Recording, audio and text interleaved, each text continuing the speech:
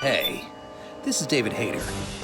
You may know me as the screenwriter of films like X-Men, X-Men 2, and Watchmen, but you probably know me best as the voice of Solid Snake from Metal Gear Solid.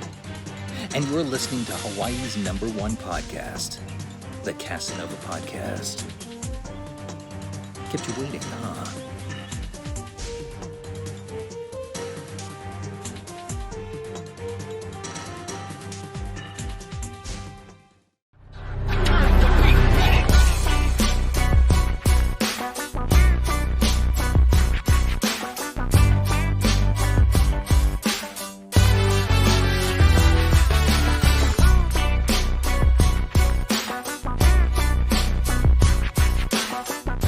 All right, and we're live. Welcome everyone to another episode of Hawaii's #1 podcast, the Kasanova podcast. I'm your host, Mekel Kasanova, and I've got the honor and privilege of having the one, the only REDinFamy. Red, how you doing? How you living today?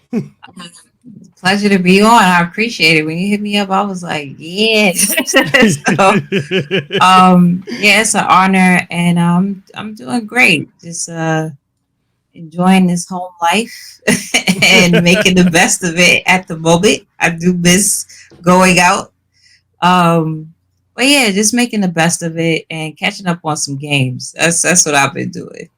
Killing that backlog, or trying to anyway. I'm over here looking. I'm like, my backlog is not getting smaller. I'm trying though. People don't understand. People don't understand this business. Nah, they really don't. And that's we were talking about this before we went live, but how people think that this is super easy, like it's mad easy. No, it's not. Like I said, it was a long time gaming friend of mine, and like he was like, and it's been a couple of people because they was like, yo, why? And I still haven't played The Last of Us 2. Like it's sitting right, like it's sitting right there, and there's so many different factors on why I haven't played it yet. And then because like we was renovating, my bedroom, our bedroom in here. And so it's just been a lot. And I want to play on my new TV. Like I don't have my desk set up. I was like, things have to be right for this game. Even for Ghost of Tsushima, people's like, why you didn't stream that yet? And I finally did it. I was like, yo, it's just, I like to, it's not a plug and play situation with streaming.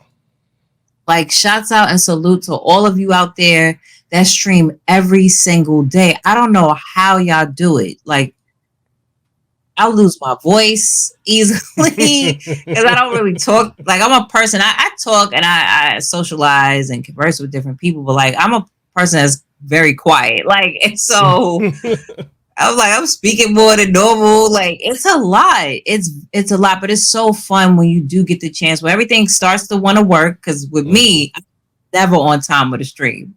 Because OBS don't want to work, my mic all of a sudden don't want to work, the light's not coming on, someone needs something, someone came in the room. It's always something, but like once I'm in the zone on the streams, I have a great time with the audience and even new people that come in. So it works out, but it's not easy, people. Salute to all the content creators that do this joint every day with streaming, because I don't know how y'all do it. And people, they straight be trying to tell you like, nah, anyone can do it. Everyone can do it. Anyone can be successful with it. I'm like, yeah, anyone can do it, but to succeed in it and thrive and do this all the time, no, that's not. It's dedication. Yeah. Dedication. Straight up dedication for real. I salute all the content creators. Sure. Yeah. But go ahead, plug your outlets, plug where anything you work on, and where can people find you at? So yeah, as far as I do have my own outlet, Geek Game Tight. So the outlet of Geek Game Tight is all about, I've been in the industry for almost 9 years now as a reporter, on camera, on camera personality, host, producer, and so forth. And the main thing was all those years I was building other people's dreams instead of building my own. And I'm appreciative for all the experience I've had in the industry, from not so good to good or great, because it all was a learning experience to what I wanted to actually build and have for everyone to share, as far as what I wanted to share. So Geek Game Tight is an outlet that is pretty much playing on the name of like having your information always on point when it comes to Black, Brown, and Native, as far as all of us that are in this industry, are creators, voice actors, inventors, content creators, personalities, whatever, that we do exist. And we have a very great hand in this industry on building it to what it is today. So that's something very important to me when it comes to inclusion. So that's why, and that was the inspiration behind it, is because throughout the years, I've just seen so many things. And it's like at that point, it's like, so what is the call to action? So that's the reason, like, behind Geek Game Tight and the inspiration for it. Okay. All right. And then you're also part of 1:37 p.m. as well. Yes. So my partnership with them, so I am on one of their shows that they have, which is, we're changing the name. I don't want the name to change, but previously known as Good Game, is an esports podcast that is pretty much bringing forth news or up and coming people in that industry. So I have a great time. Shouts out to the other hosts, 137 Don, Aaron, and Warlock, that's on there. So we have different angles. Don, who's Aaron, he's young in the industry, but he's a go-getter. I love his tenacity and his passion behind esports and video games. And then we have Warlock, who is a long-time industry veteran as a developer. So we have a different aspect of, okay, we have a developer, we have someone new, so they are part of Generation Z. And then we have someone that is in the industry as an analyst and a reporter as well. So it's so many different angles and sides, and I think that brings that extra texture to the show that I really enjoy. And then another project I'm up with is also the Ultimate Gamer. So shouts out to my Ultimate Gamer family out there. So I have a project with my love, my heart, hip hop gamer, and we both, as a gaming couple, we have a show that's coming out soon. So Inside the Game. So the Ultimate Gamer, what I love is that they try to get everyone, involved in gaming. Doesn't matter if you have this amount of numbers to a low amount of numbers. They're trying to find who's the actual ultimate gamer, no matter where you come from or what's your background or how many likes you have or followers. I think that's so important as the industry is growing, and just making sure that no matter who it is, they have some opportunity to be a piece of the pie that is esports, because it's getting huge now. So yeah. And then of course my Alienware family. So yeah, those are the projects that I have right now, and that's currently up and running, and I'm excited for all of them. Nice. Yeah, I'm looking forward to that. And you mentioned Hip Hop Gamer. Shout out to him. Yeah, that's my baby. I've been a fan. I've been a fan of him for years. He's actually one of the inspirations for me to get into content creating. And man, it's shout outs to him. But for real though, like, this industry it's amazing. And what I've noticed coming at it from like I started off just doing YouTube before I went into podcasting and doing games journalism. But like, there was a mentality when I was starting off on YouTube where people were thinking like, oh, there's only so many spots for people to hop in. This industry is like a whole ocean. There's so much opportunity. It's amazing. It's really amazing, because what's so dope about it is that we're in an information age. Mm-hmm. And what's great about the information age that a lot of the new generation don't get. A lot of them are getting it, but then we have another slew that we really have to tap into, and especially with our community, as Black people and as brown, is getting that information disseminated that they can do it too. Because a lot of people think that they need the bells and like everything all put together in order to create, and you really don't. Like, it's so much. I remember when I was having my first computer, and I was up in the forums, and that's how like I learned Photoshop, and that's like the reason behind my name. Is because I needed a tagline for my name, because I was creating these graphics for people to have as a signature for their like in the forums where they posted. So like right now is the time that all those closed doors can just be on some freaking Thanos tip. You can just like destruct all those doors like that, because you can create your own just based off of logging online. Like just being on, you don't have to log online anymore. Look, you look back in the AOL day. I remember those. Sign in. It's like you plug in or you tap into, put in the password for Wi-Fi, and you automatically online. And there's so information. You have like people say the Google University, and you can create your own opportunity. So I'm like, with the gaming industry, today you can start an outlet that can blow up the next like 6 months or so. So it's the beauty, and especially for us that we see that, okay, why we didn't get that opportunity, but we seen that person get that opportunity, and they don't look like us. So what's the deal with that?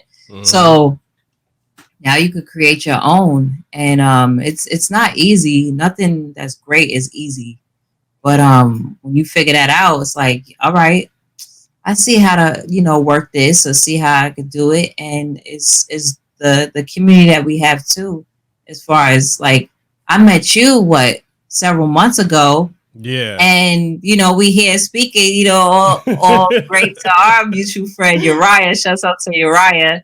Yeah. And that's the beauty in this community too. It's just that we have so much things already in common. So it's like we have a lot to talk about, and you never know what the next conversation could be. So I think that's the beauty in it too. Yeah, and it's I had a conversation with Uriah, I want to say a couple of months ago, and we talked about literally this very topic. We're talking about, why is it that we're not pushing certain opportunities ourselves? We got everything we need. Google University, literally. Like, we don't need to go.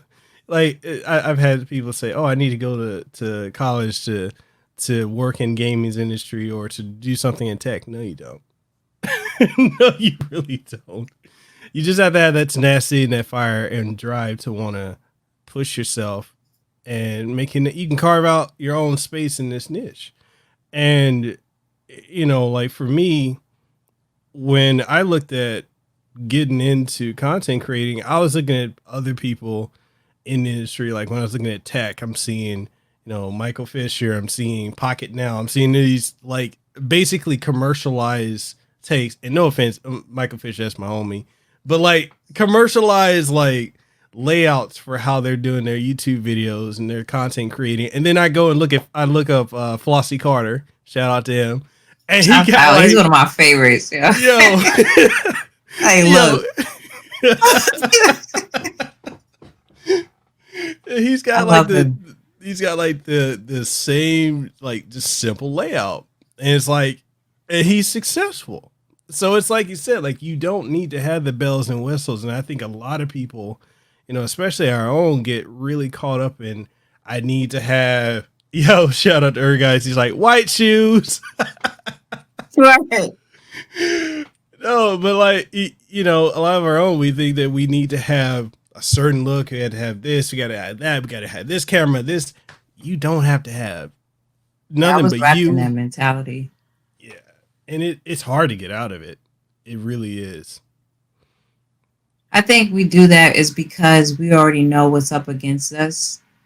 And it's like, okay, in order to even be put in the conversation of anyone that we see as counterparts, we feel that we have to be on that level of production. And it's like, it's not that all the time. Like, for example, like hip hop gamer, and even before we actually knew each other, he's been an inspiration. Like I knew about him ever since college, and he's been doing his thing for so long. But he started out with the freaking what was it, PlayStation 2, a PlayStation 2 camera, PlayStation 2 or 3, not bad, PlayStation 3 camera, and a black curtain. But and you couldn't even see him. You could not see the brother at all. You couldn't see him unless it was in the daytime. But his content was fire. You know what I'm saying? What he was talking about, and especially his personality, you couldn't and even if you didn't like him, you still was watching him. Even if you didn't like him, even if you was like, whatever, this dude is being whatever, you was still watching him every week. Every weekend. So with shots fired. So you can it takes, and people love the journey. Like people love seeing that, wow. And even if I looked at one of my very first streams and I was like, but then I see how much it's grown and it's still changing and growing, and I have no shame in my game. I'm like, look, y'all, this is the struggle stream. So I'm struggling right now. Hey, this is what y'all have, but y'all still see me and y'all still hear me, and that's something that y'all look forward to. Yeah. So I'm gonna get it together. I'm gonna need some help, but it's nothing wrong with that. People love to see the journey and the growth. So yeah, it's just that we have to get out of our own heads on this has to be perfect. This has to look perfect. As long as you're consistent with something, and you start learning and people start seeing things changing over and over again. It's something that I deal with. It's not like it's something easy to come out of. It's not, but it's not hard. It's in that middle. It's either you have a choice. You're either going to conform to you being in your own head, or you're going to break out of that loop of, yo, I don't think this is good enough, because your worst could be someone's best. So you have to think, I always have to tell myself, I'm I don't know, this might be corny. I don't know this. And then turns around and yo, that was great. I was really? So I surprised myself, but that's the beauty in it. So people have to understand that growing and growth is a part of life, and it's something beautiful. Yeah. And one of the other things I see a lot of people get stuck on is the aspect of and I think this is just part of the social media culture, and especially as generation is coming up now. I feel like for us, the pre-social media era, we are able to detach, but this group that's coming up in this social media timeline, it's a shout out to Hoppy for the raid. I appreciate it over here on Twitch. But this whole chasing of numbers, I gotta have this, I gotta have this number, I gotta have these likes, or I have no value as an individual unless I have numbers. And I'm like, no, that ain't the wave. Definitely don't get into that trap. And it's a shame because the generation coming up, that's all they're witnessing right now until they actually uncover the truth. Because someone can have a million, let's say they have 1 million followers. You know what I'm saying? But are they really reaching 1 million people? See, a lot of these companies love to have that infograph that, okay, this person has 1 million. But when you break it down, that person did not reach 1 million people at all. And they organically don't have 1 million at all. Period. So that at the end of the day, a ratio to it, they probably reached way less than that. Give or take 10,000. For real. Give or take 10,000 on certain things. I've seen stuff plenty of time. It depends on how they are really great with their audience, that they're able to reach almost damn near 1 million off of the 1 million that they have. I've seen that, yes. But I've seen other ones that they gathered up, especially when the Twitter and everything started to start. They did the you follow me, I follow you back situation. And then some of those accounts are not there no more, and it's so many different factors. But what is the reach? Because, for example, I'm gonna use myself. I did a post recently on a panel that I had for Pax, right? And the panel was about uncovering Black women's voices in esports. And I made, of course, I'm doing the marketing on it. I just now made 5,000 followers on Twitter. I've been on Twitter ever since the beginning, but I've only been in the industry for only about like 9 years. Now I only have 5,000. I haven't been active on Twitter like that. As far as my numbers is at 5, it's not at 10. You know, the secret number is 10,000 or to start getting, certain things. But people don't understand that it's all about your reach. So that tweet that I had reached over 300,000 people when I looked at the numbers, the impressions on it. Now I only have 5,000 as far as followers, but that one tweet reached in one day, reached over 300,000 impressions, unique impressions at that. So it's all about your reach. And these companies were just, because I went to school for marketing, I have a degree in marketing, and I look at some of these companies and I'm like, is running certain things. And why do you think that in this day and age, you're using old time metrics to evaluate a new age of content? Because you don't know who I know. Yeah. So I might have 5,000, but my network is way over that because of who I know and this company that I have a relationship with. And this one person that's this, and that who knows this, and this person. Like, it's a network effect. What is your reach? And people people pay too much attention to their numbers and not really about their own reach that they can still. And hip hop and I battle this back and forth because I'm like, okay, numbers do have leverage. So that gets you in the door with certain things because you really have to then beat someone's head. Like I've had conversations with different companies. I'm like, well, my reach is crazy. You're looking at these numbers, but I'm not on there as much. I need to be on there as much. But what I say is very influential in some aspect of what I'm talking about. But if it's organic and genuine, that's what you need to aim for because you giving this product to this million follow-up. They don't even care about the product. 9 out of 10, they don't. And you're giving it to that person just because you say, I gave it to 1 million followers. Didn't hit 1 million followers. The views on that may reach 5,000, 10,000, or maybe in the 100,000s, maybe. But were they the perfect fit for that product, or was you just doing it for the numbers? So even someone that's growing, please don't dive into the numbers thing like, damn. Like, I even speak to my close friends and they like, yo, I need this because I want to grow. Dudes, just be consistent and passionate about what you're doing and saying, and somebody is watching. There's always someone watching you on something. And that's how I got discovered, was through Twitter. Just me talking on Twitter. So and that's how I got discovered to even help me boost what I do today. Yeah. No, it's very true. You just speak on your passion.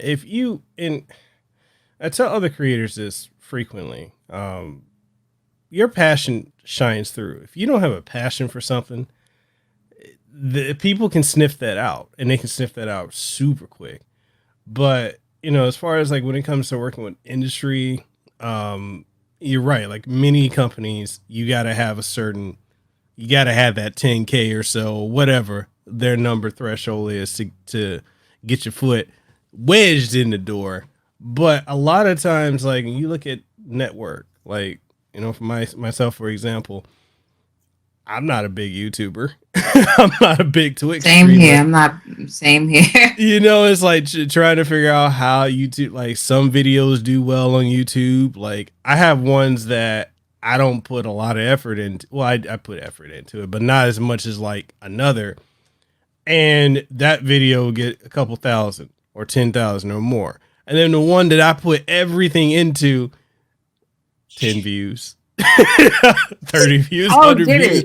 I'm like, yo, YouTube, what did you talk to me? Am I using the right thumbnails? Do I have the right tags? And it's in that sense, like I said, I'm not huge, but I have a podcast platform that does reach hundreds of thousands of people every month. And I leverage that. Like, I've had people tell me, they're like, oh, you're a small YouTuber. Okay, fine. If you want to use that label, I just see myself as a content creator. And they're like, oh, but how did you get this person on your show? How did you shouldn't be able to do that at your size. And I'm like, you don't know who I know. And if you just going off of this, you're playing yourself. I'm sorry. Absolutely. You know, it's like, it's funny. No, go ahead. Sorry.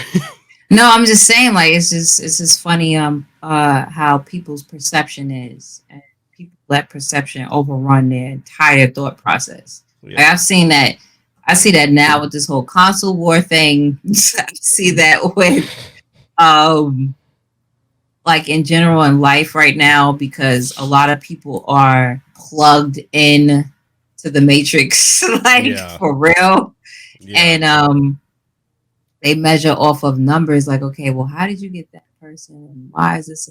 I've seen dozens of successful people, and their social media accounts is like 800, 100, 300, because they're just not, they're in the background working. Like that's their thing. They don't care. You know, for example, I'm the same as you. I'm not a huge YouTuber. I don't consider myself a YouTuber, because that's not what I passionately do. Like, of course, I use YouTube as a platform to disseminate what I do. Same with Twitch or Twitter and all those other things. I need to do better at it. I would say I should do better at it for sure. Instagram, all those things. But in the background, I have way more that I'm focused on. And that because of who I am and because of who you are, you're able to get what you need to get because you built those relationships for years. Yeah. So you're able to get that stuff. So just like all the upcoming people that want to start their own YouTubes, their Twitch, like you said, whatever you're passionate in, stick to that. Yeah. I don't care if it's making soap. Like, you know, those are the big thing. I don't care if it's making soap. You don't know what other person that might love that same hobby. And you're like, wait a minute, this, and they might have like they might be a celebrity, they might be an influencer or whatever. And you get them on and y'all talking about freaking soap. Like, y'all making something, or you showed a tutorial on something. Or for, let's say, if we're keeping it gaming and tech, a lot of independent, just like how, like I'm an indie content creator. You know what I'm saying? I don't have a big machine behind me at all. And even though I have partnerships with different people, I don't have a machine behind me. I don't have a marketing team behind me. I don't have a publicist. I don't have a manager. I do everything on my own. So I have to do this stuff. So as far as people that's starting out, you're just like me. So, and especially when I went to go do my own thing, it was like starting all over again. All over again. I had to be like, hey, remember me? You know, with all these different companies and indie. A lot of these independent companies, you're indie. So y'all both understand each other. And there's a lot, let's say it's a game, you're like, well, this game look kind of corny. See what I'm saying? But it may not be, it may be corny for you, but if you're able to have an open mind and be like, okay, I'm showing off this game may not be for me, but I'm showing off this game for someone that might appreciate it from your audience. And you, like, at the end of the day, it's about for your audience too. Yeah. But I always tell my audience, listen, I don't really play stealth games. I don't play horror games like that. But if it's something y'all want me to show off, or something y'all want me to dive in because you love my perspective of things, I don't mind, you know, indulging in those things. But someone that's starting out, reach out to indies, because these independent companies don't have PR companies that can shut them up on different things and say no. They're the PR company. So establish a relationship with them. And you never know, because this happened to me.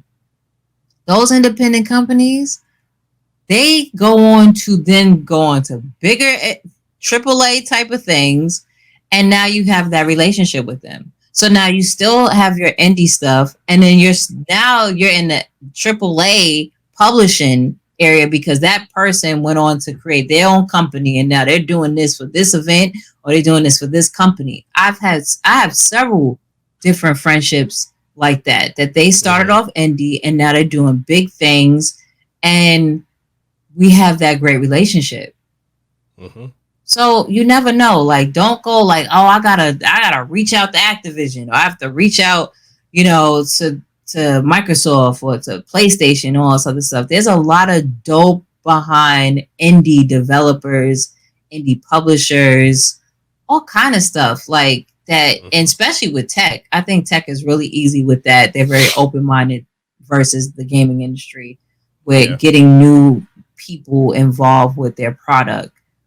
So yeah, it's not really starting small. It's just knowing where you're at the moment, because you both can identify with each other and you just grow from that.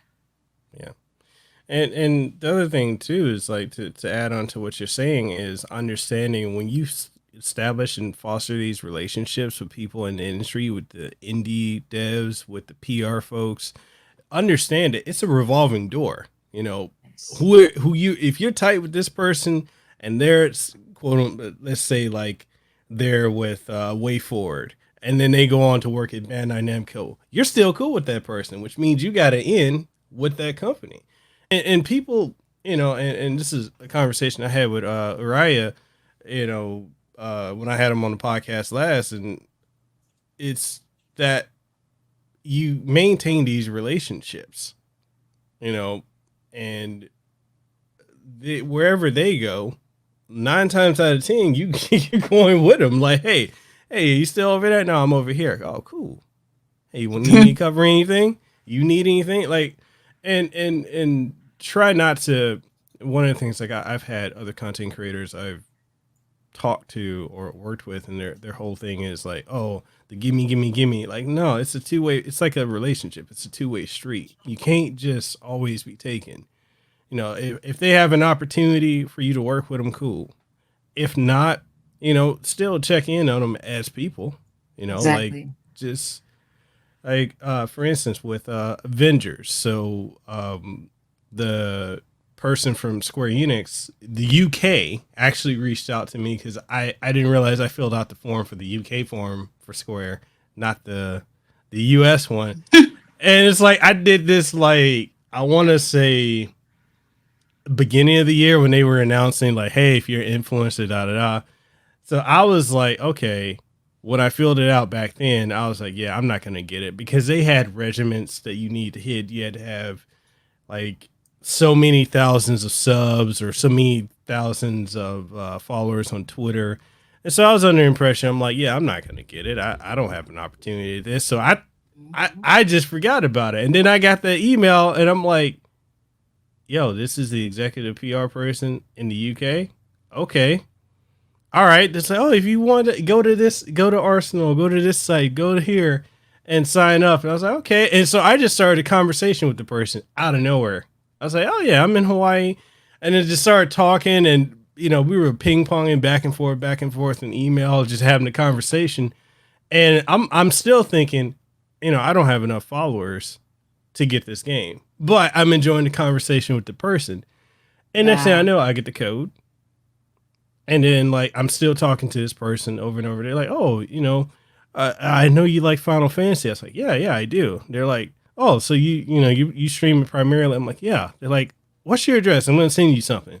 And then boom, limited edition that I still don't know how to use, but limited edition nonetheless. That you can't even, if you try to go on eBay, this joint's like $300-400. But you get those kind of situations just by interacting and establishing a relationship. And a lot of people, it's just like a lot of creators don't get that. It's so simple. I got the same background as you, like the marketing aspect. We understand that, but a lot of people don't get the marketing aspect of being a creator, and it's wild. Yeah, like it's just knowledge. People just pay attention too much to the trends, but conversations like this, and I, whenever I get a chance to be on any platform, I try to give some type of advice, because I do know there are a lot of people that they want to be in the industry, and I always say, it sounds cliche with the passion thing, but I've been around people that, okay, they wanted to get into the industry just because they wanted a review code, like because they just wanted to play a free game or to get free games. And I was like, I remember a friend of mine, they wanted to go to E3, and I was like, well, if you do the work, I can help you get to E3, but you got to do the work. Yeah. And it was like, what you mean? I was like, well, when I'm at E3, it's not all about that I'm playing video games. Like, to be honest, I probably play about like 5 games. The rest of it is really building relationships and me either looking at a game being demoed and the developer explaining their art and how they came to where they got their project to be fulfilled. Or just learning about new technology, going around, or meeting people that I never met, but I've known them on the internet. Like, it's just so many things that happen outside of E3 every year. That's why I was so upset, like, because of what's going on, that I didn't go to LA. Like, that's like my little getaway vacation, but I'm still working at the same time. So I had to tell this person, I was like, yeah, it's not all about that we're sitting there and we just playing all the new video games before everybody else does. It's really building some really pivotal content, out of this stuff. And then also building a lot of relationships, trying to get relationships. I personally like to meet people in person. I like to put a face to a name. I like them to put a name, a face to my name as well. So, and you never know the conversation that might spark up that sparks that whole relationship. And like, relationships is something that has to be upkept, unless it's something strong and a bond or something like that. But like any relationship, you gotta upkeep it, too. Yeah. So but yeah, a lot of people miss that step. And I'm like, I don't care if you're streaming to 0. Like, when I started streaming, no one was in there at all.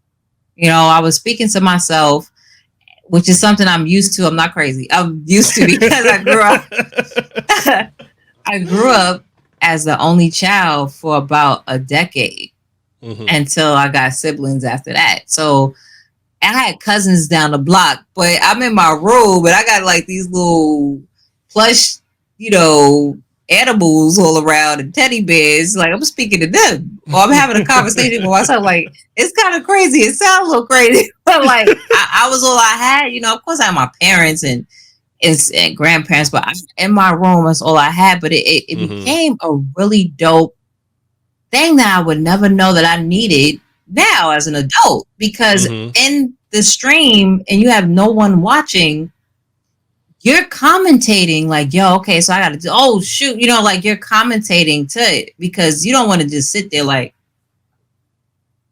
right, and all you hear is the damn controller. Like, it's like engaging. Still engage, still be yourself, still be a personality, like somebody was actually there, still explain things, and people will start coming in. Like, people will start coming into your stream. People will start looking at your content. If you're someone that's mainly on Instagram, if you're mainly on TikTok, hopefully TikTok still stay up, or like YouTube, all these other things. Like, it don't matter if you get 1 view. I don't care if 10, I don't care if it's 20, 25. That's 25 people you don't even know just watch something of yours. Yeah. It's going to grow. Like, it takes time. Like, nothing is just like, boom, it's there. It's fake if it's like that. Yeah. So, appreciate the growth. Yeah. I've, it's something like, because my wife and I were both content creators, especially with this whole pandemic. She's actually gone into it full time because, one, her company laid her off. So it's like, what else she got to do? And this whole setup you see, this is all hers. Wow.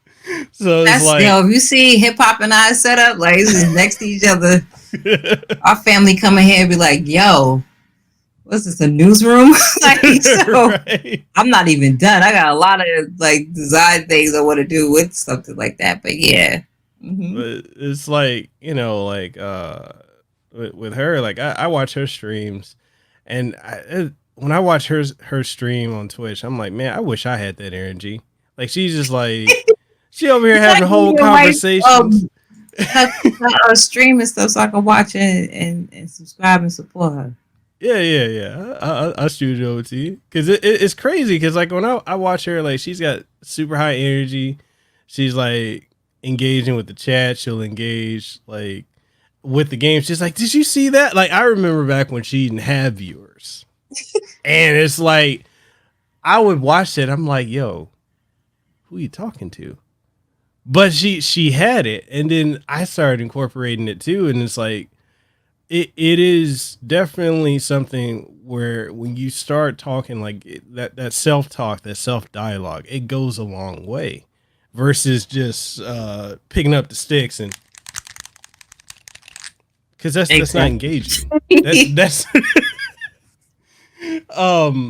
and I've seen a lot of folks that just like I've gone in streams and I've seen people just doing that, and I'm like, I'm not gonna stick around. If you're not gonna talk, you're not gonna engage with me. Nah, I'm out.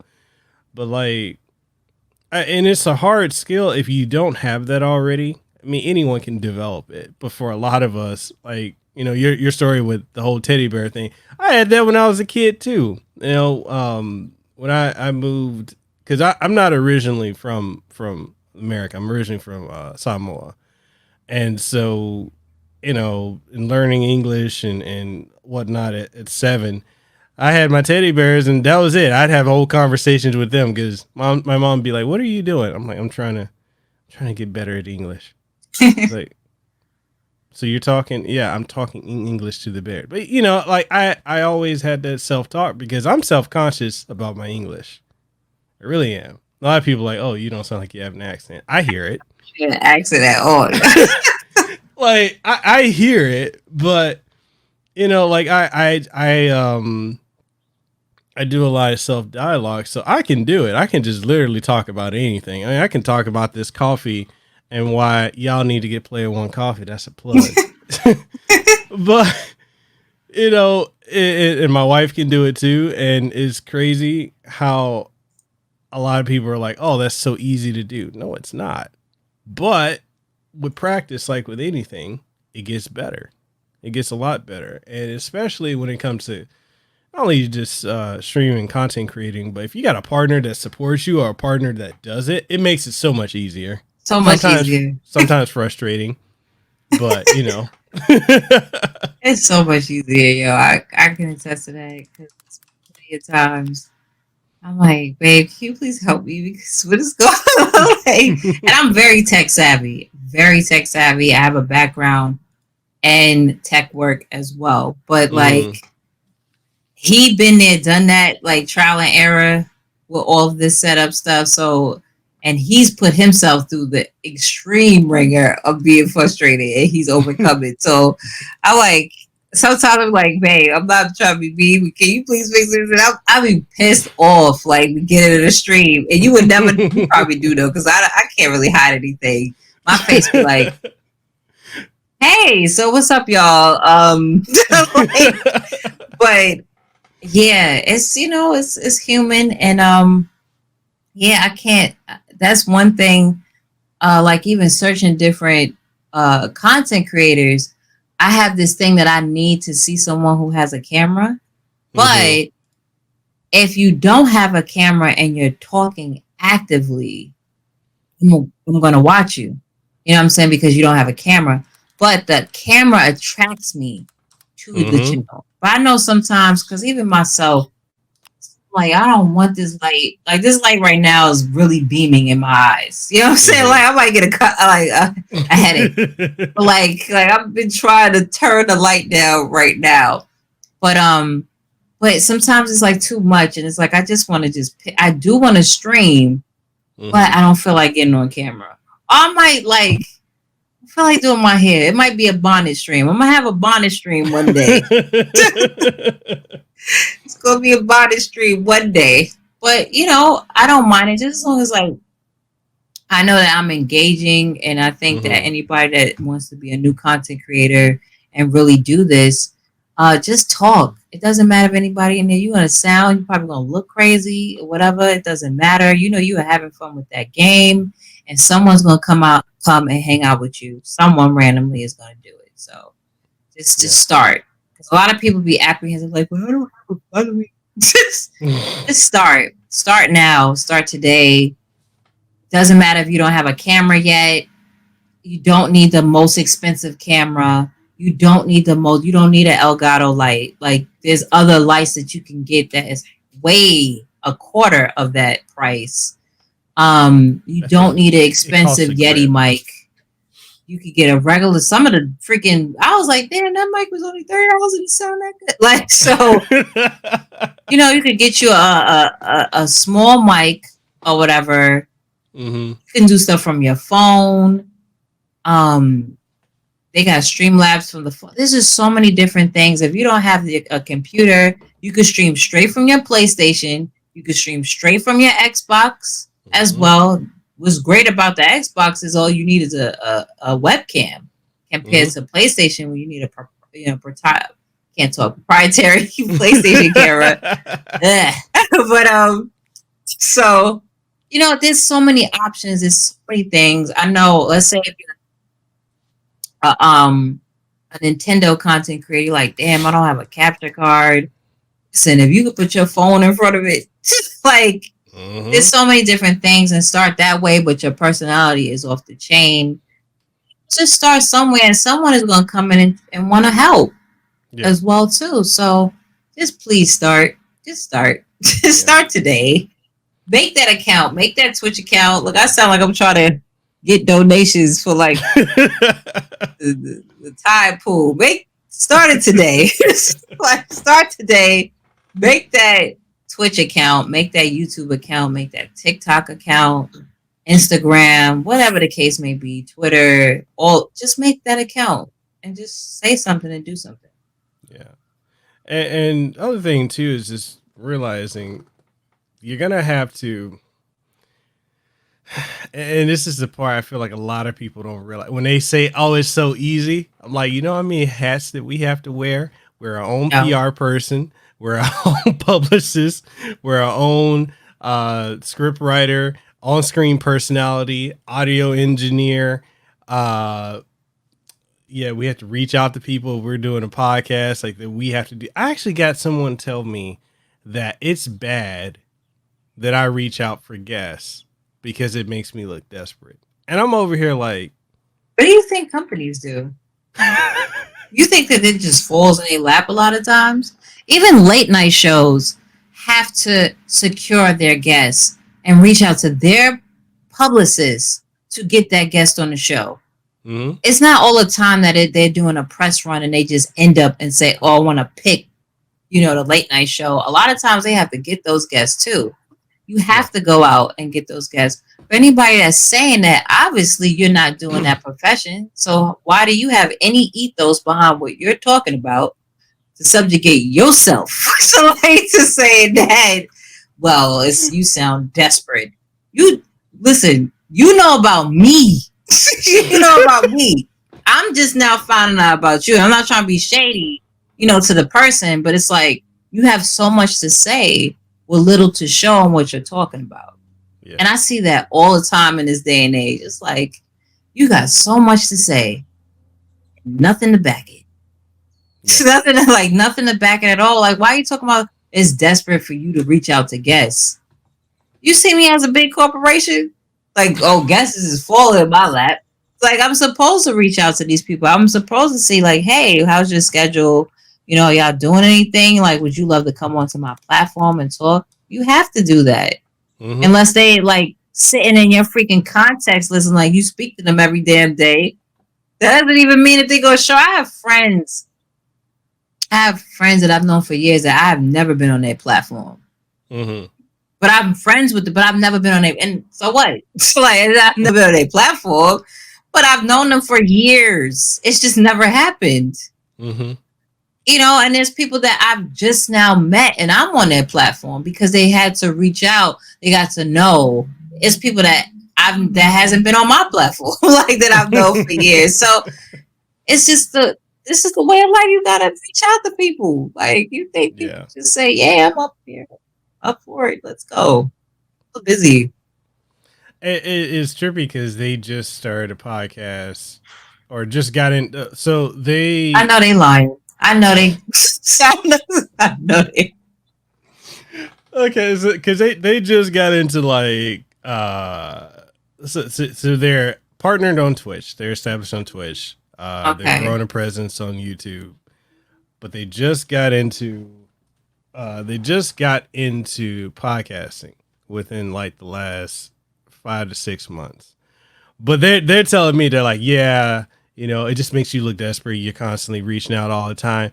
And it's funny because I had my friend Chris. Are you familiar with Chris Van Vliet, the guy who he interviews like a lot of wrestlers and stuff like that? No. Only time I'm into wrestling is like if I see my nephews. I used to be like, hip hop, but no. If I seen his face, probably so, because I'm bad with names. I'm sorry.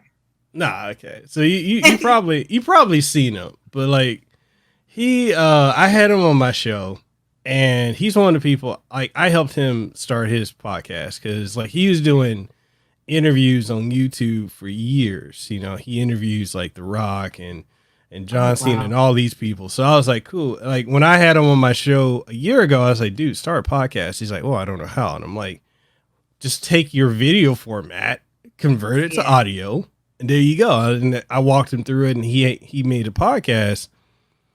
Which, man, I wish I had your numbers, but it like blew up. And so I had him on again this year, and I brought up what that person said, and he's like, that's part of what we do. He's like, what are they? They'll find out. I don't want to see. I don't know who this person is. I don't want to see asking anybody for an interview. No one. Don't reach out to no one. Be subliminal about it. And I want to see, because maybe your podcast is just about you just talking. Fine. But you can't say if someone's trying to get guests that is desperate measures to get them. You have to reach out. Yeah. So you saying that PR companies is desperate? They're looking desperate when they hit our inbox about their whoever they're representing, whether it's a person, a service, or product. So if they're desperate, now that means a publicist is desperate as hell because their whole occupation is this desperation. Then that's what you're saying, because that's like any marketing company, it's just desperation. Every time I turn off a commercial, because that's desperation. Because that commercial is actually to entice you to buy or pay attention to something. So make sure every time a commercial plays, cut it off. I don't understand people's brain. I really don't get people. And their logic, it doesn't make sense. Don't apply for a job. Don't send your resume in. Don't do that. The company is going to find you. No, that's their logic. Is guests need to reach out to them. I'm like, good luck with that. Okay, Viacom. Okay. So we'll see how far that goes. Yeah, it's wild. But so you recently did a PAX panel. How was that? Was that surreal?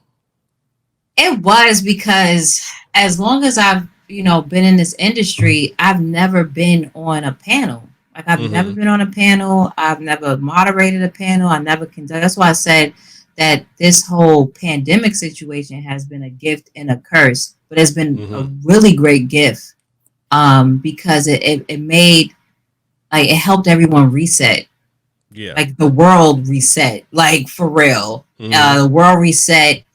It's brought a lot of attention to different things or different revolving issues in the world.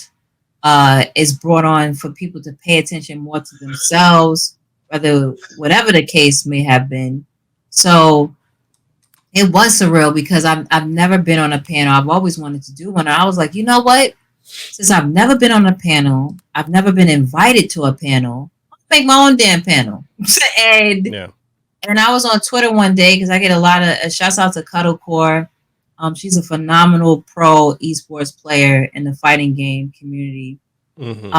She was just saying, like, yo, what's up with when it comes to us as Black women, y'all really don't respect us in this industry of esports, period. Like, whether we're a player, whether whatever we are, y'all really think we don't exist. You think when we start to talk about esports, like, oh, they just getting into it just to get into it. I know a lot of different, like, figures that are Black women in esports right now that are very pivotal or growing, and no one seems to talk about them at all. You know what I'm saying? And it's very frustrating. So I'm like, there's no room to complain. Let's do something like this. Let's do a call to action. So that was the inspiration behind the panel.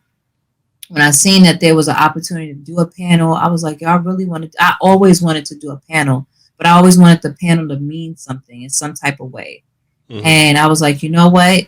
I want to make a panel about actually sharing the voices of some women in esports. And it's going to be a continued series of me just sitting down, whether it's one-on-one or having a panel of women. Doesn't have to be for a big event like PAX, but and just sharing our voices, how we got into the industry, our journeys within it so far, where we're going to next, things we've created, things we want to do in the future, and actually building a sisterhood to make sure that we have each other's back.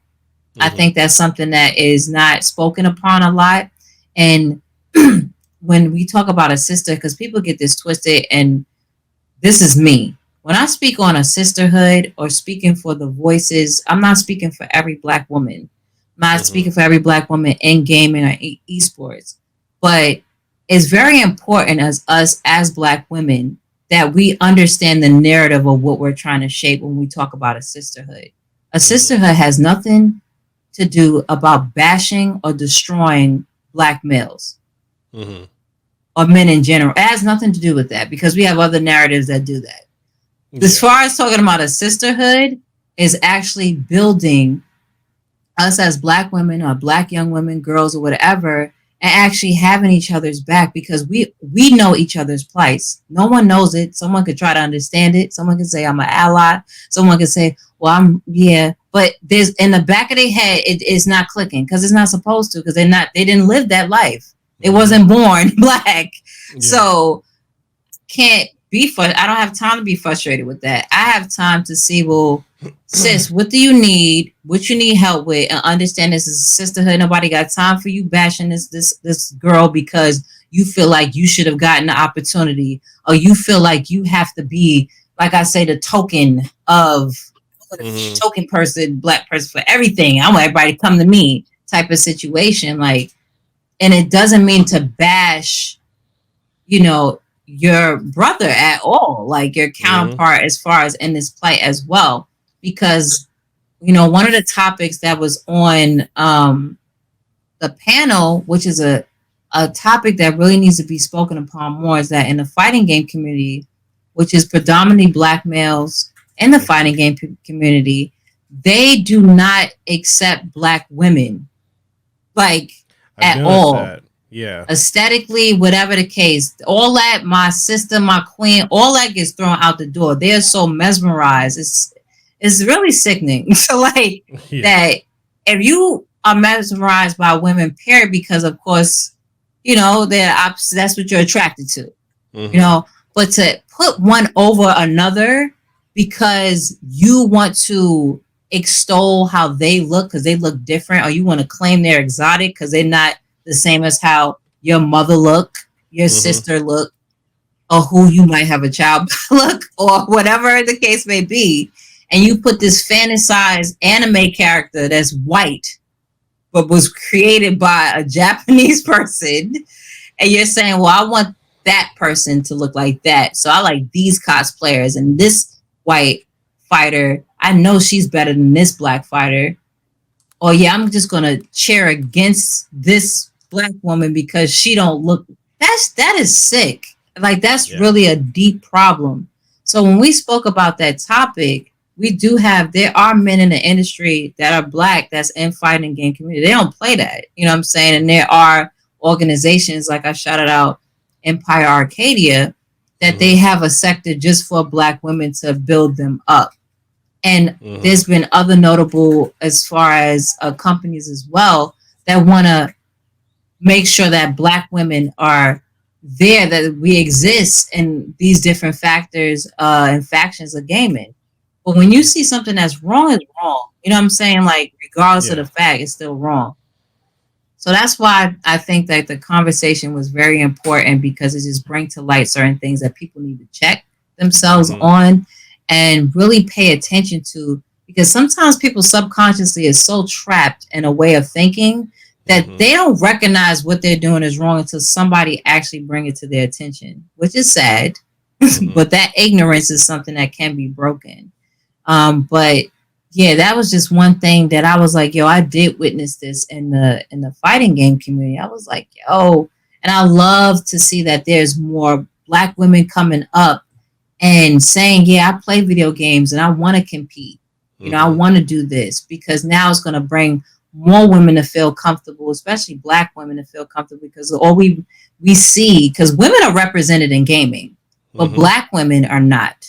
It's like, to an extent, no, it's really not. Like, I love my homegirl Keisha Howard. Shouts out to her. She just won an award for Black in gaming. I love that she's getting her flowers. Like, she's been in the industry before me, and I seen her, and she was an inspiration to me. And I'm like, wow. Or even my good friend Cherie, who just became the first editor-in-chief of a tech outlet, like a tech magazine, the first Black woman. Wow. And her, her getting her flower. I love seeing that. Like, I love that. I love that. Okay, I seen my homegirl. She went out. This was years ago. She went to go and compete in Evo. I love seeing that, and that's something, as far as a sisterhood, that we need to build and be like, okay, so and so is doing this. Okay, I see that. If you have a problem with that person, that should be put in DMs. It should not be out in the open that, yeah, forget so and so. That's what they want to see. Like, we have a bigger issue to fix. So that's something that I really want to foster, is that camaraderie of a sisterhood amongst our community.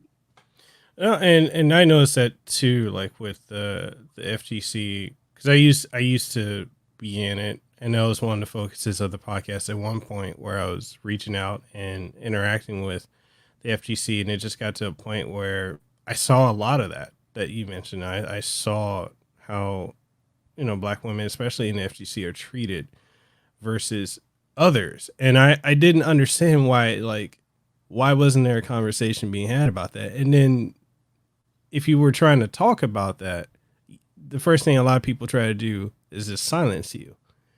And it's like, why? Why is that the go-to? How come we can't have an open, honest, organic conversation about why this is going on? Why can't we dive into, understanding, okay, so if this is a thought process, why can't we go with the alternative? Why can't we be more accepting, more open?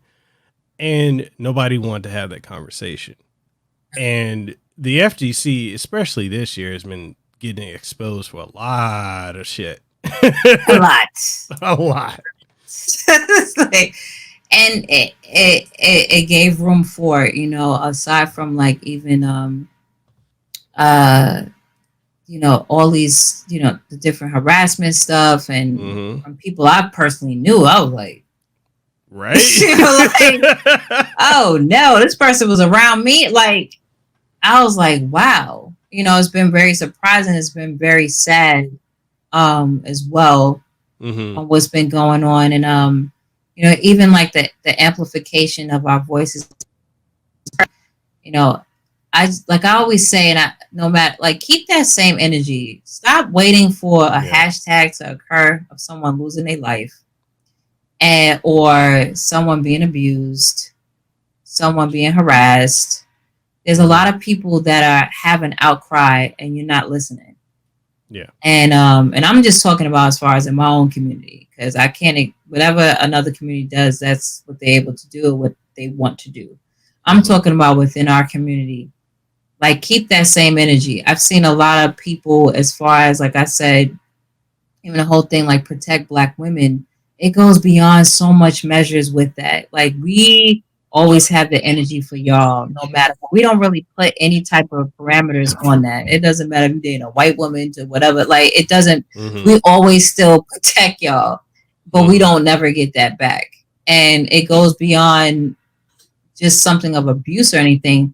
There's a lot of Black women that are content creators, and there's a lot of Black men who have big platforms, and we sure don't see us on your platforms. So like we don't, even like I give a big shout out to Broken Games HD, as far as BG with Weapon Wheel.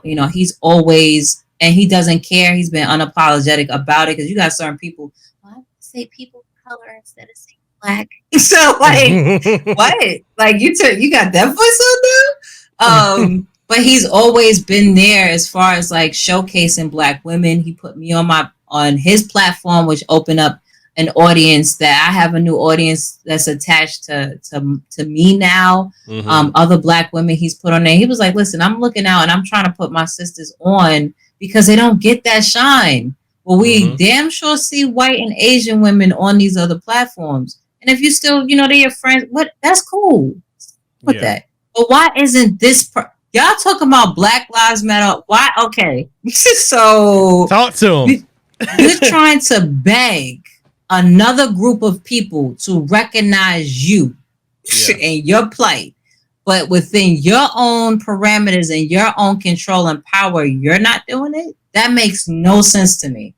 So like, makes no sense to me at all. And I've looked at even some people I've known personally. I'm looking at them like, really? Just sitting there like, but you didn't have that same energy before this hashtag though. Yeah.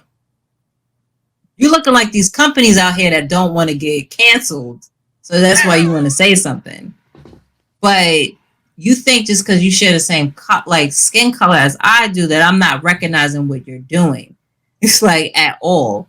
Yeah. So I just say, on a positive note, keep that same energy and support.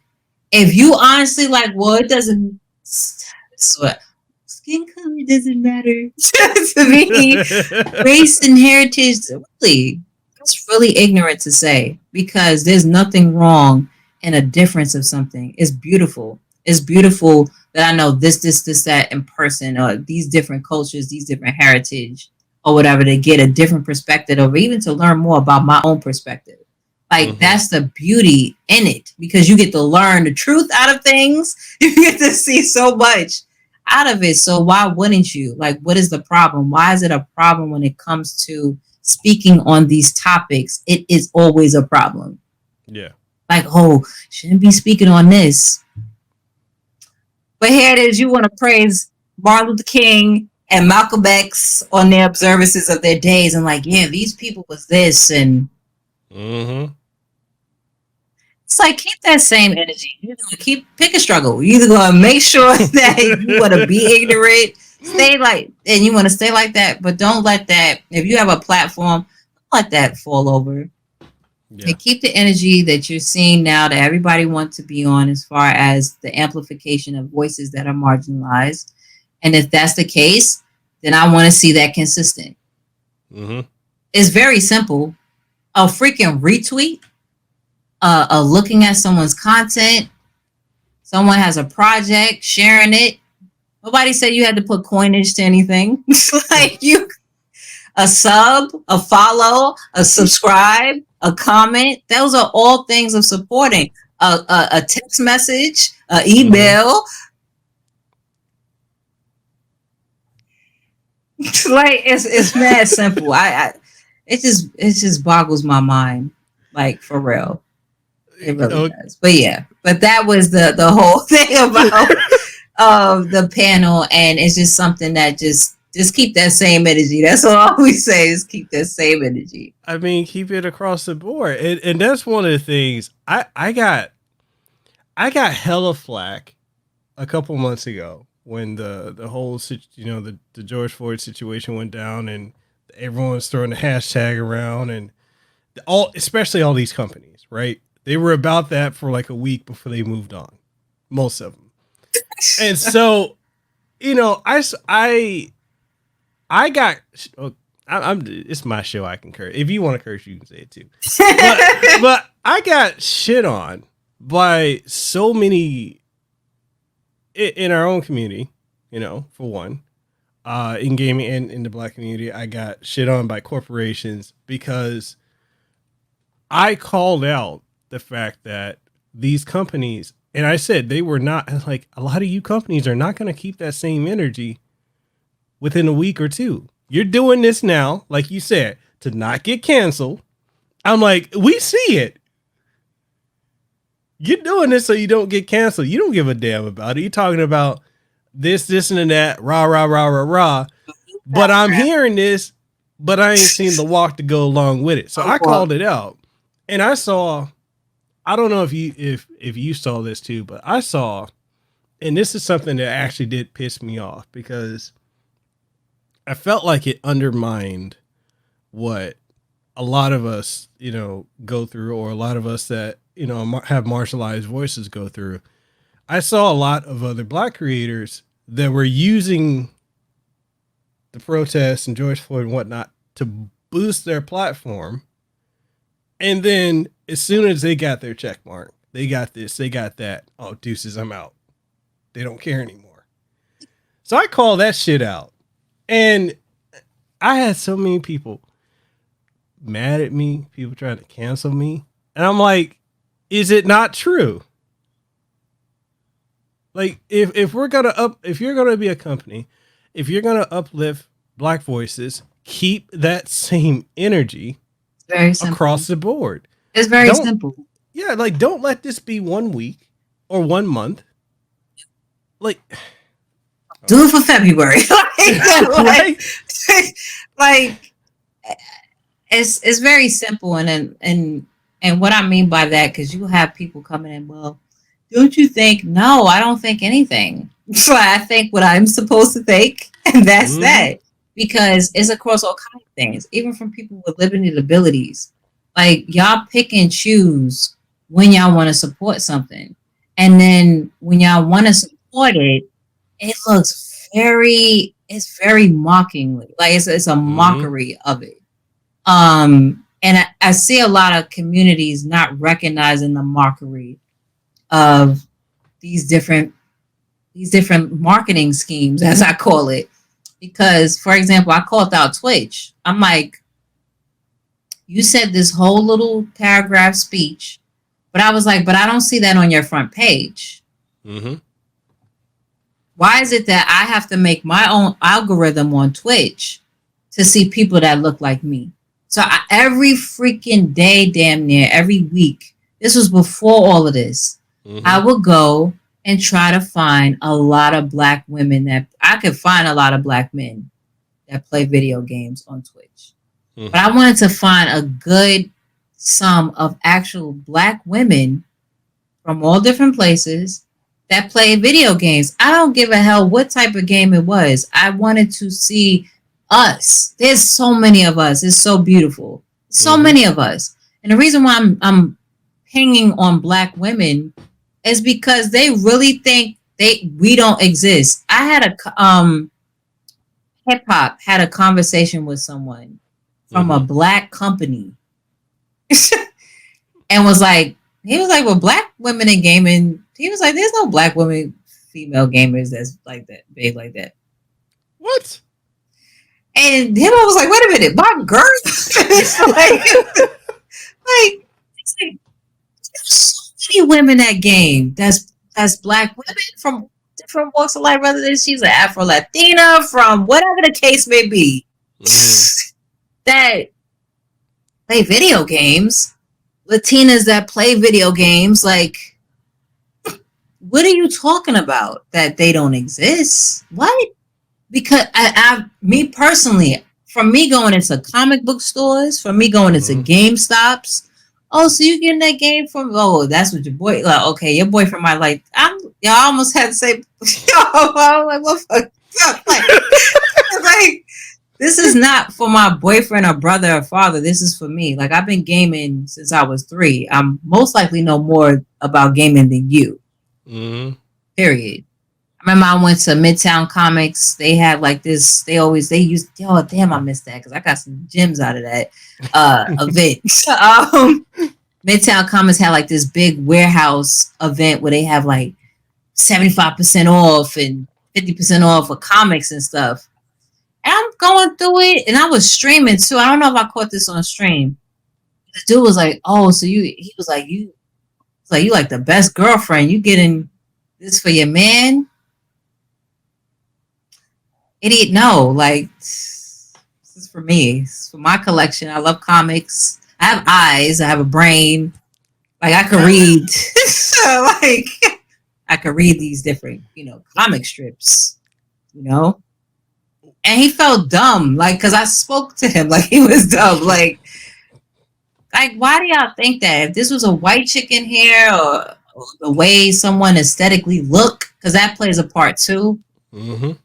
You would think that, oh, this person got to be like in this stereotypical geeky attire or not upkept or whatever, and that's that's the nerd. Like, no, I'm a nerd. Like, I'm a geek. I went through that even with my banker. Like, he was, because they ask you what's your profession and stuff. And I was like, yeah, I'm a journalist. He was like, oh, so for beauty products? I was like, bro. Just learned about like makeup, like so, like just like getting into makeup and stuff like that. I was like, no, it's for video games, my guy. Like, like he was like, word. I was like, yeah. What you thought I had to have like big bifocals on or something? And no shade to bifocals, but I'm just saying like that I had to have those like I couldn't look the way I want to look and still play video games. I have fingers and even. God forbid if I didn't, there are measures out there for people with limited abilities to play video games. Like, It's for everyone. Like, yeah. So, yeah, that really gets me. But it happens a lot with us because they think that we don't love anime.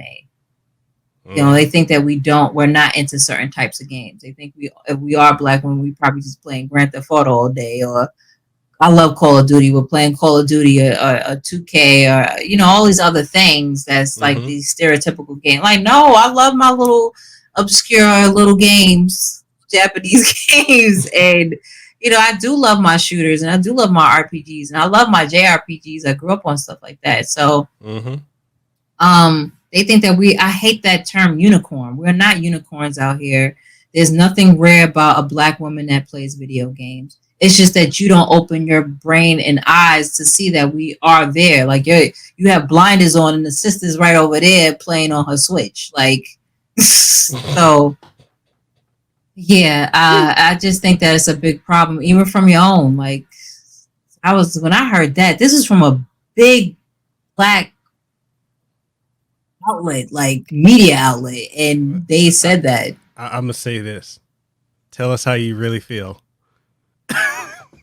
Tell us how you feel. Yo, when I heard that, so I just wanted to. I don't keep nothing back. I'm like, if I was there, I would have said, "Yo, this is what I'm talking about. You're adding to the problem, yet you're supposed to be there right by our side, and that's." Something I don't understand. Like, we're fighting for the same thing. We understand each other more than anybody else in the world will understand. And that's what anybody with their culture, their race, their background. They're going to know each other because that's what they grew up with, the language, whatever the case may be, the plights. And that's fine. That's okay. And that's the same narrative. We're going to know each other more than anybody else because we understand. And us as black women, we got mad strikes against us. Like, bad. Like, you know what I'm saying? And that's fine. Like, that's fine with me. I live my life. But damn, don't add to it. Like, don't add to it. dang, like that's my thing. But yeah, there's a lot of work to do, and it's not like it's something like, oh my god, I gotta change the world. It's just a mindset, Yeah. and I just want a lot of women out there that look like me to understand that it is not a race. Because you got a lot of people, you got a lot of women out, and I've experienced this, that they think it's a race. And even you brothers out there that y'all think it's a race, like, oh, I gotta be in front, and oh shoot, and she got that deal. Damn, I wish I would have thought that it's not a race. Like that person can help you on something. Maybe y'all could collab on something. Do stuff together. Like get that slavery, that like mentality that they embedded in us to pit one amongst each other. Like erase that. You can't be I'm pro this, but you on the side hating on one another. Like pick one. I'm not saying like you can never be in a disagreement with someone that look like you. Nobody's touting that because you got some weirdo on the side that's thinking that right now. No one is touting that at all. What I'm saying is that there's a time and place for everything, and also you can help one another. It's very simple, so simple, like so simple with it, and that's see, like let's have fun. Let's spread, shoot. Yeah, shout out to the chat.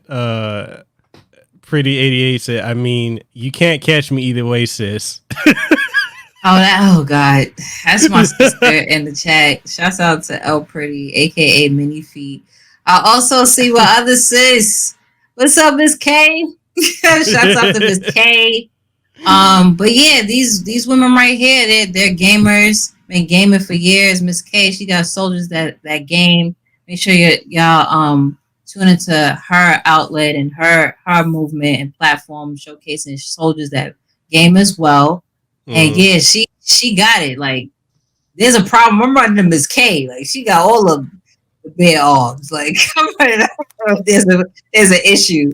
And then shouts out to my little sister. She's gonna say something that get her. Yeah, she got trigger words. Trigger words in Call of Duty. Because those are the games that get on our nerves when we always play it. But she's dope in gaming as well. And we exist out here in these streets, And shouts out to my brother Uriah. He's up in here too. An arcade. But yeah, that's just something that we all just definitely need to pay attention to. It's so simple. Have fun with each other. Collab. Content could come out of it. Or help one another.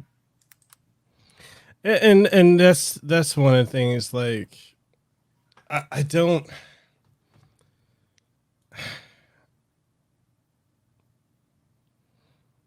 See, how can I tactfully go about saying this? Uriah and I had a discussion. And I was telling him about, like, we had a little discussion. I'm putting you out on first for Uriah.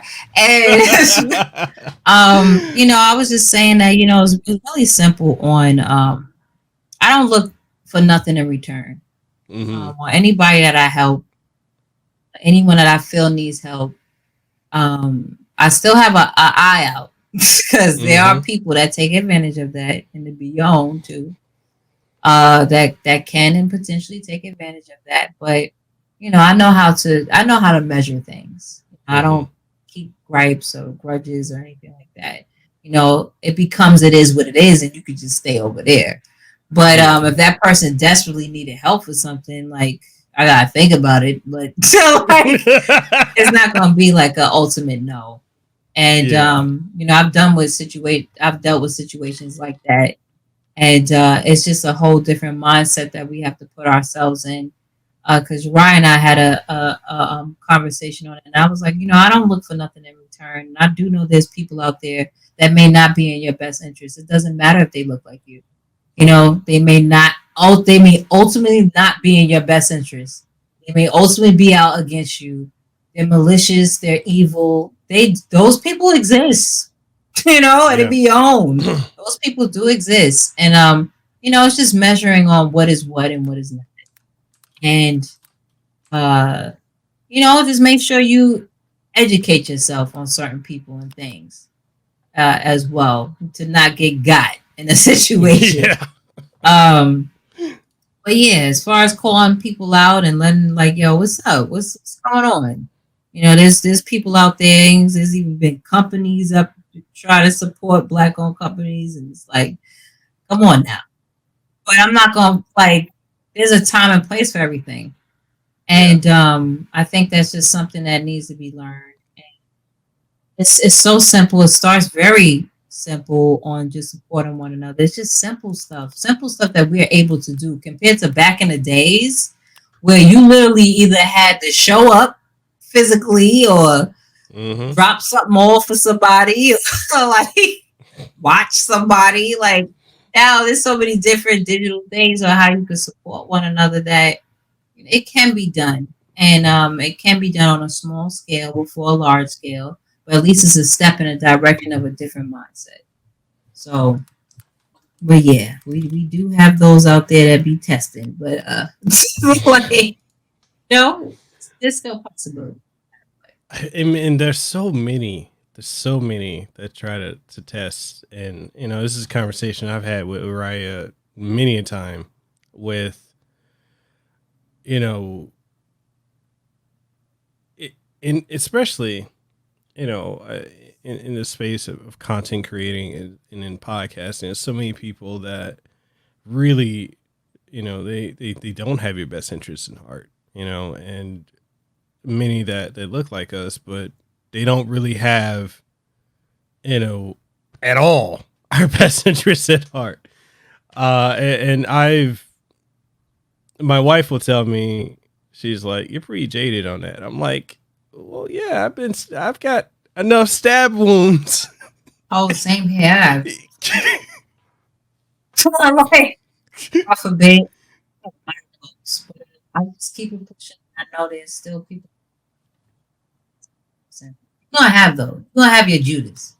So you just you're gonna have it. You're going to have it. So definitely like it does get like, damn, real again. So like that happens, but then I always say this, and this is for anything. There's always something to counter the bullshit. There's always something there. There's always something to counter it, because that's still gonna exist. It's like people saying, well, I want to eradicate evil. No. Like it's there for a reason.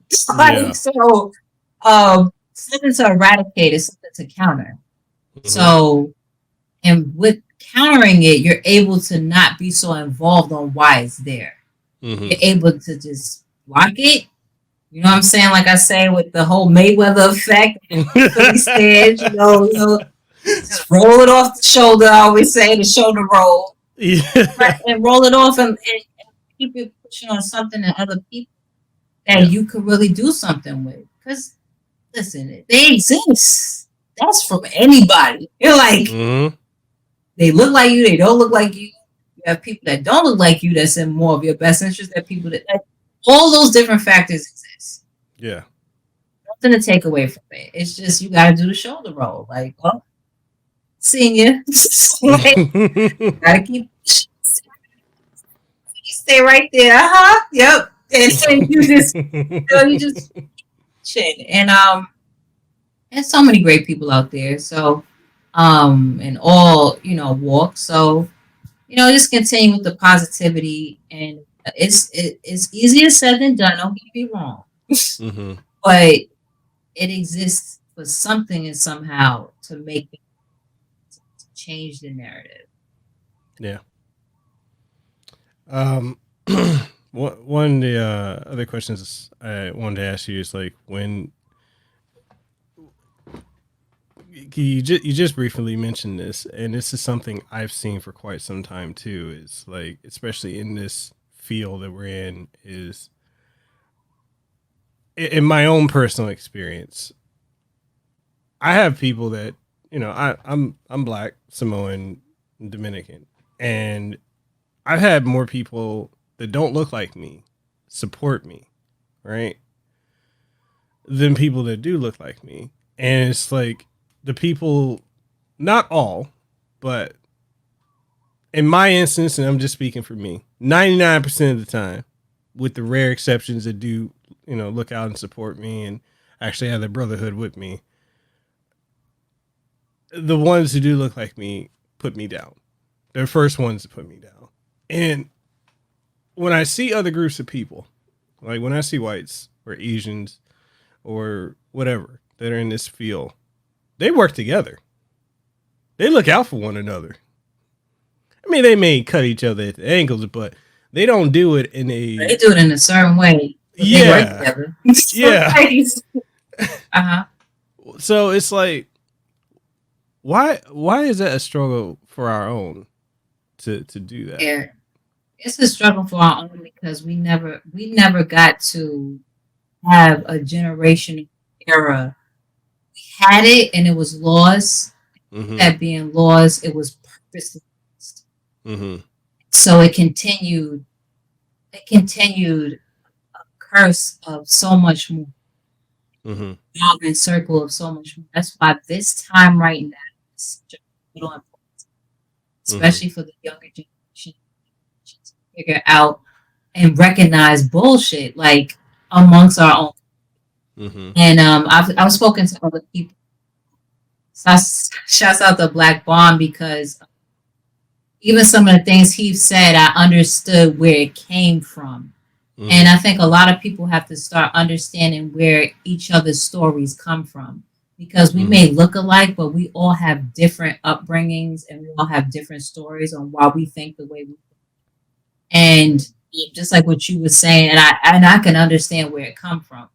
And, I've been fortunate and blessed that I grew up where all I seen was my people helping each other because we was all we had, and let's say a young Black child growing up, let's say in the suburbs, the suburbia is not, it's some people here and there that look like you, but grew up in the suburbs and then you went into a city life, and then because you dress a certain way,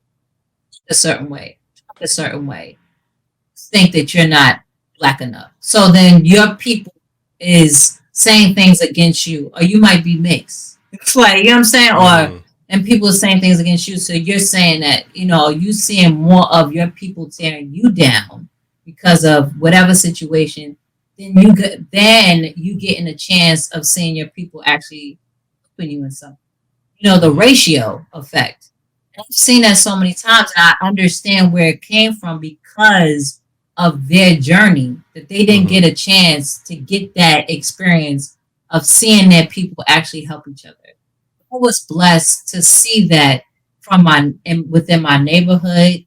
Shouts out to my public school. PS 118 is not Hey Arnold. Like, it was shouts out to even like my elementary school, Lorraine Hansberry School. But they made sure we knew we were people. The principal was Black. There's a lot of other schools. I had mostly white teachers. Black, always. But there's a lot of schools that don't get that opportunity in the same city. I've spoken to other people like, damn, I didn't get to know that about in history. They told us about George Washington and all this other stuff and slavery. We didn't get to know about who we actually were in some capacity, but my school was doing. Well, I didn't get to see, Miss So-and-so pick me up from school, because such and such, and I didn't see them sharing meals with each other. And there's a lot of kids people that don't get to get that experience of seeing your people help each other. And so it builds a narrative. And I understand I can't get mad because that's what that person lived on, why they see what they see. That's why, let's say you did grow up like that. Or you, of course, even from your story, you got more of your people than someone else. Now it's time to change that narrative. It's just like when someone grows up without a certain parent in their life, and now they're able to build their own family, and now they're able to be something that their other parent wasn't. Like, it's something to change. It's always something to change the narrative and something to continue. Like, nah, I don't believe that shit. Like, what? I don't believe that. Nah, this is what we're doing now. Like, yeah, this is what we're doing today. This is what we're going to change.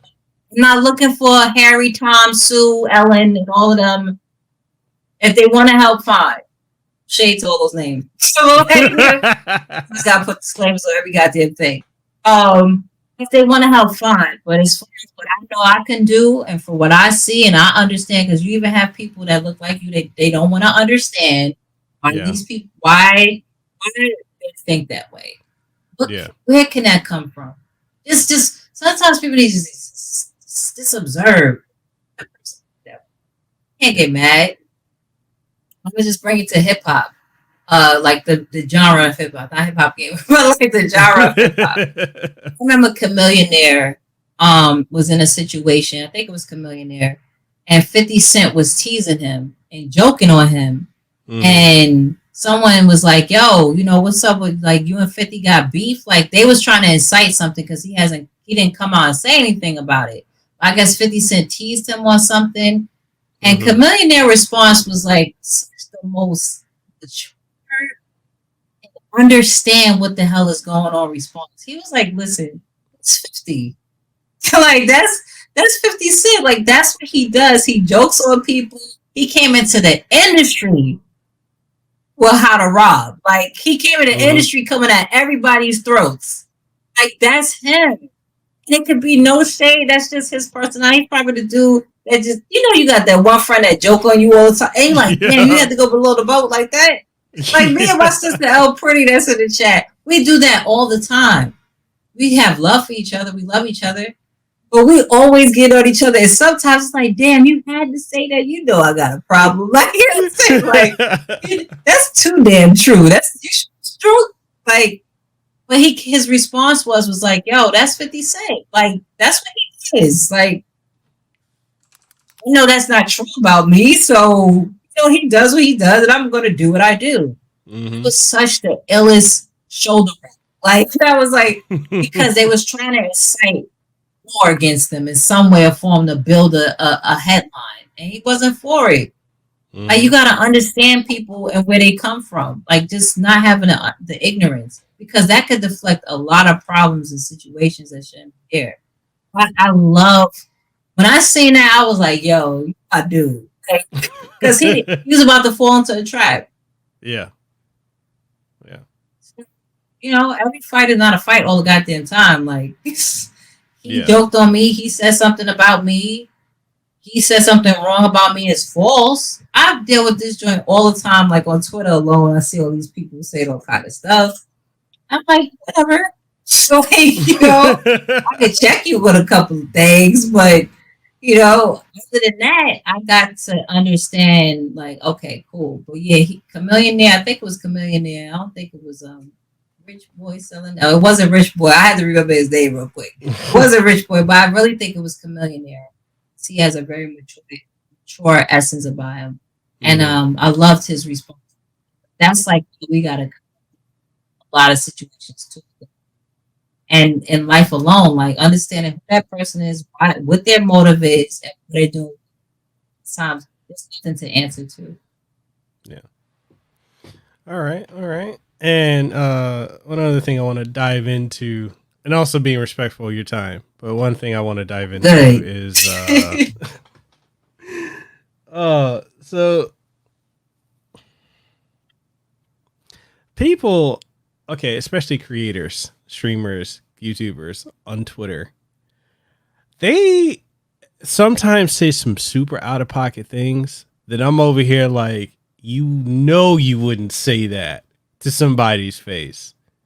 And it's wild for me. Like I said, I came to the US when I was 7, right? My dad is from Memphis, Tennessee. So I grew up there before I came out here to Hawaii, you know. And I was in a hood, and I understood the certain things you don't say if you ain't ready about, or you ain't about that life, you don't talk about that. And there are things that I've seen YouTubers and Twitch streamers and just creators in general say, and I'm over here like, all right, let's see if you bought that life. I have to check myself, Because I'm Uriah. Shout out to him. Uriah knows. I have a tendency to piss people off, but I try to check myself, and I'm a lot calmer than I used to be. Like 10 years ago. 20 years ago, I was pretty rough. But 10 years ago, when I was like 20 something, yeah, I would just be like, "Oh, really? You want to say that?" And then people will say some wild stuff to me now, and I'm like, "Okay." Just because my wife, shout out to Lehua, she is very much able to rein me in with, "Did you have to say that? Did you really need to say that?" And I'm like, "No, but did you need to say that?" "No." Fine. So she's calmed me down, so that's a blessing. Take it. I know. Some people actually take you.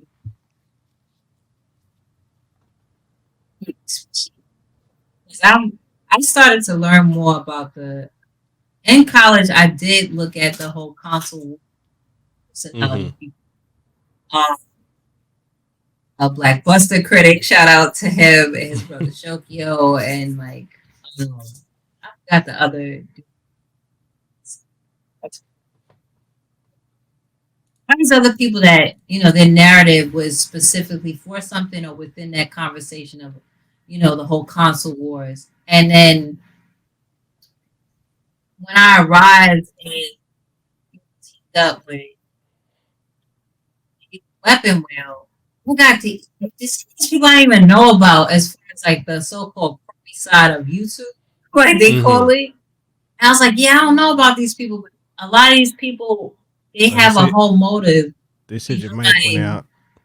Mic went out? Yeah, hear me? It's probably that RTX. Come on, RTX. You good now. Okay.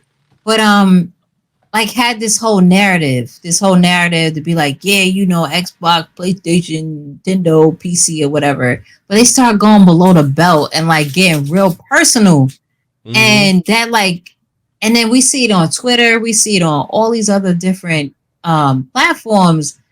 And I've even been in an argument or debate with someone who's in charge of a reputable company that's for fundraising for children. And like they wanted to go below this is on Twitter. They probably deleted those tweets, but wanted to go back and forth just because I said, well, Overwatch shouldn't have won Game of the Year. Well, chill. It's a freaking video game. I need you to chill. I'm gonna need you to bring your hair. I'm gonna need you to bring that down. Right here. Like going off. And I'm like, yo, you looking like a clown right now. Cause you have underneath your description what you own and who you are. And I know this person. And I'm like, you looking like a clown because of differences? Yeah. I didn't feel that Overwatch should have won Game of the Year. I felt that I was questioning the parameters of what actually decides the Game of the Year because I feel like that game didn't hit all those points. Mm-hmm. That's my opinion. And I'm saying why it didn't hit all those points. So what's the new parameters of Game of the Year with these companies now? What's wrong with that? This is like when people go on this political BS. Okay, you like who you like, I like whatever. To like get over it. But when you start bringing that nonsense into gaming, it's like you looking like a clown. And this person wanted to actually go below the belt. And I was like, you a grown-ass man. You're a woman. And you a grown-ass man. You're a white man at that. Like, you look like a complete idiot and clown. Because whatever your opinions are, however you feel, you got shares in Blizzard. Like, whatever I say is going to put the shares down in Blizzard because I said it. Like, that's how it was. I'm like, not a deciding factor of those shares going up or down. Why are you upset? You got ownership in this or something? Like, you on the executive board of Blizzard for Overwatch? And like, I was making fun of him, and like, he wanted to go below the belt. And I was like, wow, you look like an absolute clown right now. because you're on a public platform and you're saying all these things. You act like we in the DMs. Like, we wasn't even in the DMs. It's public. And people don't understand. A lot of people have lost their jobs off of silly banter. They've lost partnerships. You even have certain people trying to go after people's jobs because they have a difference in opinions. And it's mad silly. And I'm like, just because you want to be a freaking keyboard gangster, warrior, activist, all these other things behind a keyboard and a screen, when in actuality, in person, if there's a problem, it's not about that life at all. So, like, not. And I've encountered that several times. Even if I didn't even speak to a person, they have like this whole problem with me. I'm like, why? Because it sounds really stupid. I don't care. You obviously care. I don't. So, but yeah, it's just sad. It's really sad. It is fostering a whole generation of people who think that they can say and do whatever they want. And then when they see certain, I remember, I think this person worked for NASA or was like an intern at NASA or something. And she said something really dumb. And it's like, she was like, yeah, I just got my intern. She said something. I forgot what ignorance. I can't even think about it right now. And NASA caught it. Because you put NASA, you didn't even have to hashtag it. You can just search and everything's going to pop. There's people who comb for things like that. It was like, well, you will not be in our internship class this year or ever. She's doing her whole career, young girl, off of crazy things she said. And then you even have people who, just because you have a difference of opinion, they want to blackball you on that. And it's really immature. These are grown-ass people. I could see her, she was a kid. She was like 18. But we have grown-ass people doing this. It's sad. No, it is. And it's I don't understand why people are so comfortable with this. I'll just call it what it is. I call it fuckery. Chuckle fuckery. I mean, that's basically what it is. Because like when I had John Eric Bentley on, he does the voice of Barrett in Final Fantasy VII Remake. There was something him and we talked about. There's this YouTuber that was saying that he sounded like a white man trying to sound black. And John Eric Bentley was like, I am black. Like, he's like, yeah, he said, he people say some things that if they were in person, he said, yeah, they're not about that life. He said, but thank you to my wife for calming me down. But it's wild. This generation, and a lot of our own generation, they go out, they say some wild things. They'll do stuff on social media, not realizing there's repercussions to things they say. And it's like, I'm of the mindset, like, if I don't agree with something, I don't always got to speak on it. If it's super left field, okay, I may say something. But other than that, I'm like, if you stupid, you can stay stupid all. Yeah, I'll stop. I'll be like, I'm done. Like, well, sometimes I'll entertain it, like especially on Twitter. And some people like, they're like, Red, why? I was like, well, I want to be entertained today. I want to, like, that's just me. I want to entertain myself today. Let's do this. And let's see what the end result. I've had people where one person like called me a name just because I was talking about PlayStation. And I was like, I had to check them in a way that they had to humble themselves. Like, I was like, so you just said all of that and you wanted to call me a name. I never called you a name in any way or aspect. We're just talking about, the differences of these systems and how it's so, certain things are one-sided, and one minute y'all want to say this and the next minute y'all want to say this. And like I said, they're keeping the same energy aspect. Like, of course, like for me personally, I have a preference for PlayStation. I've said that countless of times. When PlayStation F up, I talk about it. So like, If Xbox is doing something great, talk about it. Nintendo's doing so.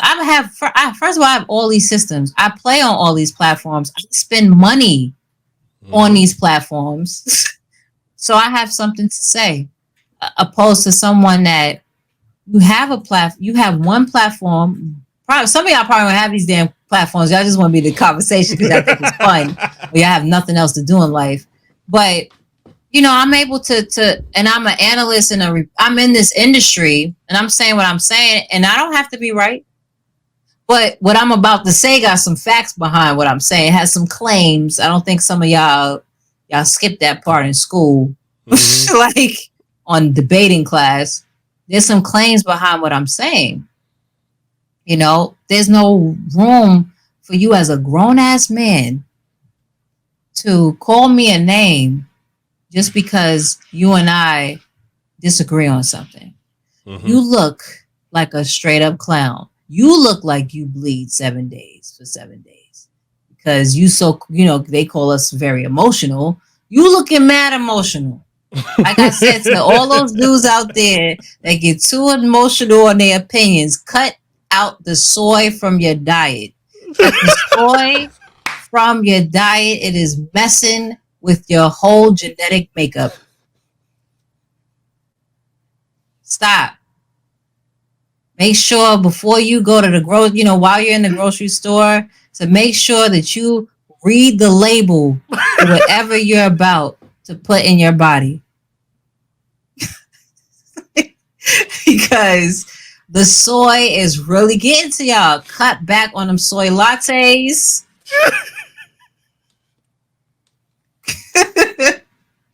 Because this is comedy to me, but I am dead ass. Like,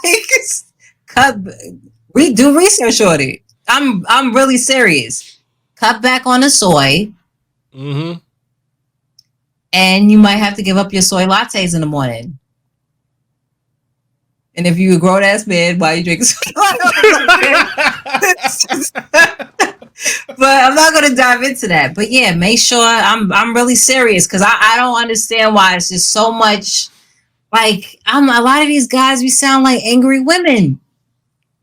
Yeah. Like angry, the stereotype of women. Y'all are looking like that. I'm like, yo, you got more testosterone than me. Like, why are you thinking and sounding so really upset? Like, for real, like your life depends on this tweet. And I keep saying to everybody, this is a public service announcement from REDinFamy. Cut back on the soy. It is really messing up with y'all genetic makeup. And it's making you think differently than what you normally should. You're getting too emotional. Leave that for the nurturers of women. You're too emotional. Okay? Leave that to us. Since y'all say we're too emotional and can't think. But yeah, I approve this message. No, but I mean, also real talk though, for real though, fellas, y'all need to cut the soy. It really ain't good for you. It really ain't good for you. Not good for your health, like for real. I'm being really serious. Do the research. I sound like the ladies out there, these crazy Karen people that be like, do the research on the face mask. So, but like, but for real, all honesty, do the research on soy. Cut back on soy because y'all out here looking like some clowns. Yeah. I guess I got one more question, then we can head on out. It don't even feel like it's been 2 hours. No. Crazy. But one of my last questions is what we have a big discussion now in gaming, tech, and pretty much every industry about the importance of representation. And the conversation kind of spans it. There wasn't as much, or either there wasn't representation or it wasn't as much before. What are your thoughts on this push from a journalist and creator's perspective? Also, Should we use the term POC? Or should I mean, it depends on what the aspect is. Like when I'm being specific, I'm specific. Like as far as Black people creating a narrative to have the inclusion of more Black people. Yeah. If it's because people don't understand the difference between Hispanic and Latin. I'm not even gonna go into that. Yeah. But as far as like Hispanic or Latinos creating the message, as far as Blacks and Hispanics, we are very marginalized, under marginalized or whatever. But as far as our voices not being heard in certain things, so we therefore have to create the narrative. The thing that wraps in between as far as Hispanic heritage, because Hispanic is not a race. When we dive into that, there's voices that's not unheard in that community, as far as Afro Latinos. So, and I come from that. So it's like, well, when you turn on television and all these other different platforms where it's supposed to be a Hispanic outlet, you see white people. Spanish is just a language that is being spoken, unless you're from Spain. So Spanish is a language. I don't say that I'm English because I speak English. I think a lot of people don't understand like the whole thing of that. But like even like Afro Latins like are not represented at all. You have a lot of people that think they're not even Afro Latin to begin with. That's a problem. So as far as like, I like to be specific because they hold specific issues that need to be accounted for. So as far as saying people of color, I don't have time for that, because people of color is a broad spectrum of people who are melanated, a whole heritage of whatever. And that's not me. If that's something I want to indulge on, okay, people of color. But if I'm talking about something specific, and I think everyone should do that. Yeah. Let's say, for example, we have Marvel Avengers that's out. It's dope that you do have an Arabic Muslim character that was created, and now she holds the mantle of Miss Marvel. She's there. That's great to say her specifics. It says we have a new person of color as the main. Say her specifics, because that's a community that's not being represented. You know what I'm saying? In different aspects, whether it's geek culture, whether it's there's an actresses that's online as far as being broadcast or whatever the case, from politicians, whatever the case may be, we don't see that. So because we don't see that, it should be pretty much noted. It's something specifically to say. Let's say someone that is have a limited ability, because I don't really like to say disabled. That's just me personally. Someone who has a limit. It's great to specifically say that, because that is the issue at hand. We're specifically talking about. When you want to say people of color, that is a broad spectrum. And then, okay, so where are we pinpointing that at? Because there's Asians in that space, and they're considered people of color. They're represented heavy. Like, so I love to put specifics on things. It's like problem solving. You have to tap into what is this specific thing to tackle. So if I want to talk about Black people, Hispanic people in tech, I'm pointing out these communities that are underrepresented in so many ways, and how to change that.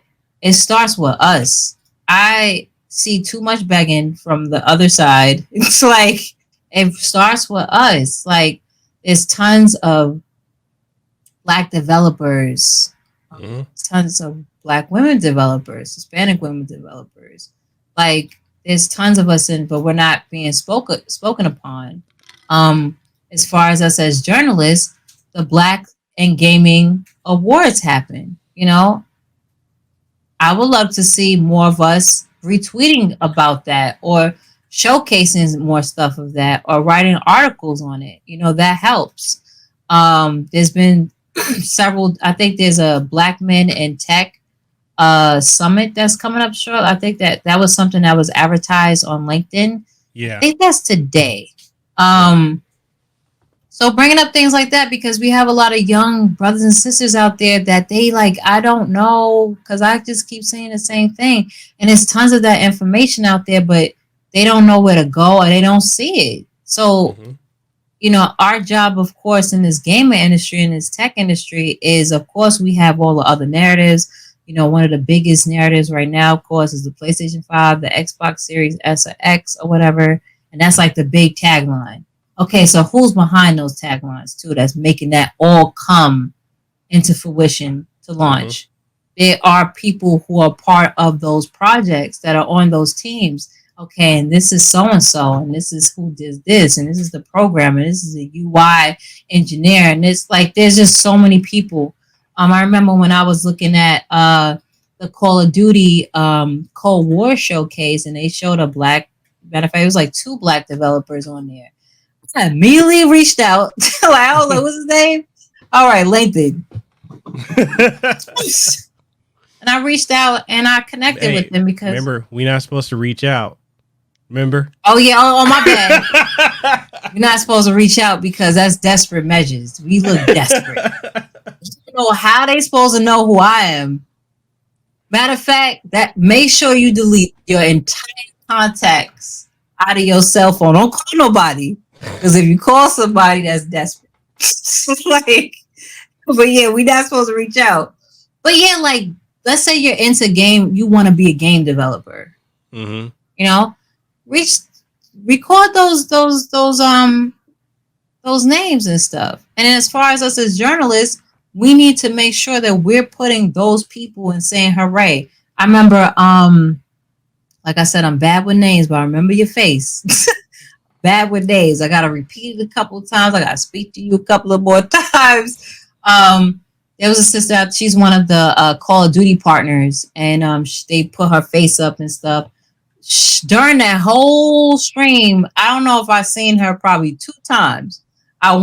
They showed everybody else a lot of times. She was probably shown 2 times, if I'm not mistaken. Probably being nice.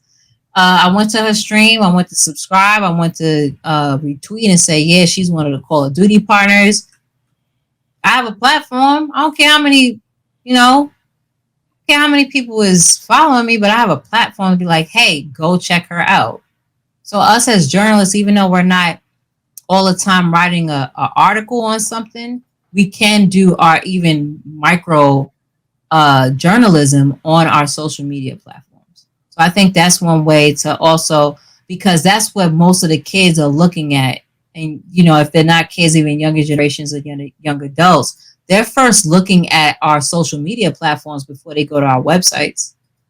So that's one to do micro journalism off of Twitter alone, and just do those little captivating things, those little short things. If we're so interested in amplifying our voices, we could do something that's really quick to do. And it could be a retweet. It could be something that we draft up real quick. Remember I told you about Canva and other things like that, and make something quick, little cute. Boom. And then later on, because that's what I've been doing since my website been jacked up. I've been doing a lot of stuff on social media, and of course, YouTube is a part of social media. So yeah, I think that can be an answer. One of the answers, because it's not just one. Yeah, and actually, I do have another question. This is, and I promise, this is gonna be the last question. What would you say to the audience if they're looking to, say, get into the gaming industry, or they want to do gaming journalism or anything like that? Like, what advice would you give? But one of the big advices I would do is start. I had the misconception that I needed to have money to build my own website. And that stopped me from doing a lot. I went on to, of course, work with friends with their independent websites, but I wish I would have started back then, because I probably would have been a bigger aspect than what I am currently, or I would have had more opportunities. I don't know. It is what it is. You learn from it. But I would say start. I don't care if that joint say so-and-so.wordpress.com, because that's what it's going to say at first. And you don't have the money, just start. It's free. Mm-hmm. You know, one of the most biggest bloggers, most successful bloggers, her name used to be Nicole Bitchy. I forgot what her last name is because she doesn't want to be called that anymore. But she was a big blogger on like entertainment gossip and news on celebrities for the longest, for years. Her joint was saying NicoleBitchy.wordpress.com, and she got partnerships and all kind of stuff. But it was so inspirational to see that, because I was like, yo, my joint could have been REDinFamy.wordpress.com or whatever I wanted to come up with as far as a name. But just start. I have some friends like now that's trying to get their different projects up and running. Shouts out to the Tipsy Geek. So he does a curation of making geeky drinks, like as far as like adult drinks with, you know, liquor and mixed drinks and stuff like that. And I was telling him, just do your content, you know, and you have a beautiful personality. So, and put that within what you're doing, like showcase you doing it. And I don't care if you got 10 people following you. You know I'm gonna retweet it, and somebody else might get inspired by that drink and be like, "Yo, I did this for my party. We had this little gaming party or this little comic, you know, whatever." I'm like, just make the content. Same thing with my sister in there, El Pretty. She got Mini Feet Lee. She's a big sneakerhead. I'm like, make content. There's not that many women that we see as sneakerheads, especially as Black women actually showing that they are sneakerheads. Another friend of mine, he helps with editing my videos. He also knows how to draw Castillo illustrations. I'm like, bro, start, like, just do little projects. Just start drawing different characters that you love growing up. You know, there's a dope sneaker coming out, draw that sneaker. Like, this is so, just start doing something. You could always ride a wave of something, but you got to put yourself out there, because nobody's going to be like, oh, let me tune in like they Professor X. I don't know your friend who's like, though, let me tune in. Let me just guess who's out there like someone still has to follow you, subscribe, or look at you, even if they don't want to subscribe or follow. But they found you. So I think a lot of people, don't be frugal with your talents. Put yourself out there. Protect your property, yes. But put your talents out there. Start. I don't care if it says at .com. I don't care YouTube-wise. Let's say you have a phone. If you have a smartphone, record your videos with the smartphone. You know, stack them books up. Game cases up and prop your I used to do that. Some of the videos I did was from my phone. Those unboxings was from my phone, and some pillow or whatever was propping it up before I had a webcam, before I had a computer. You know, just start. I sent you who it was that told me it was desperate. you probably heard of them, but yeah.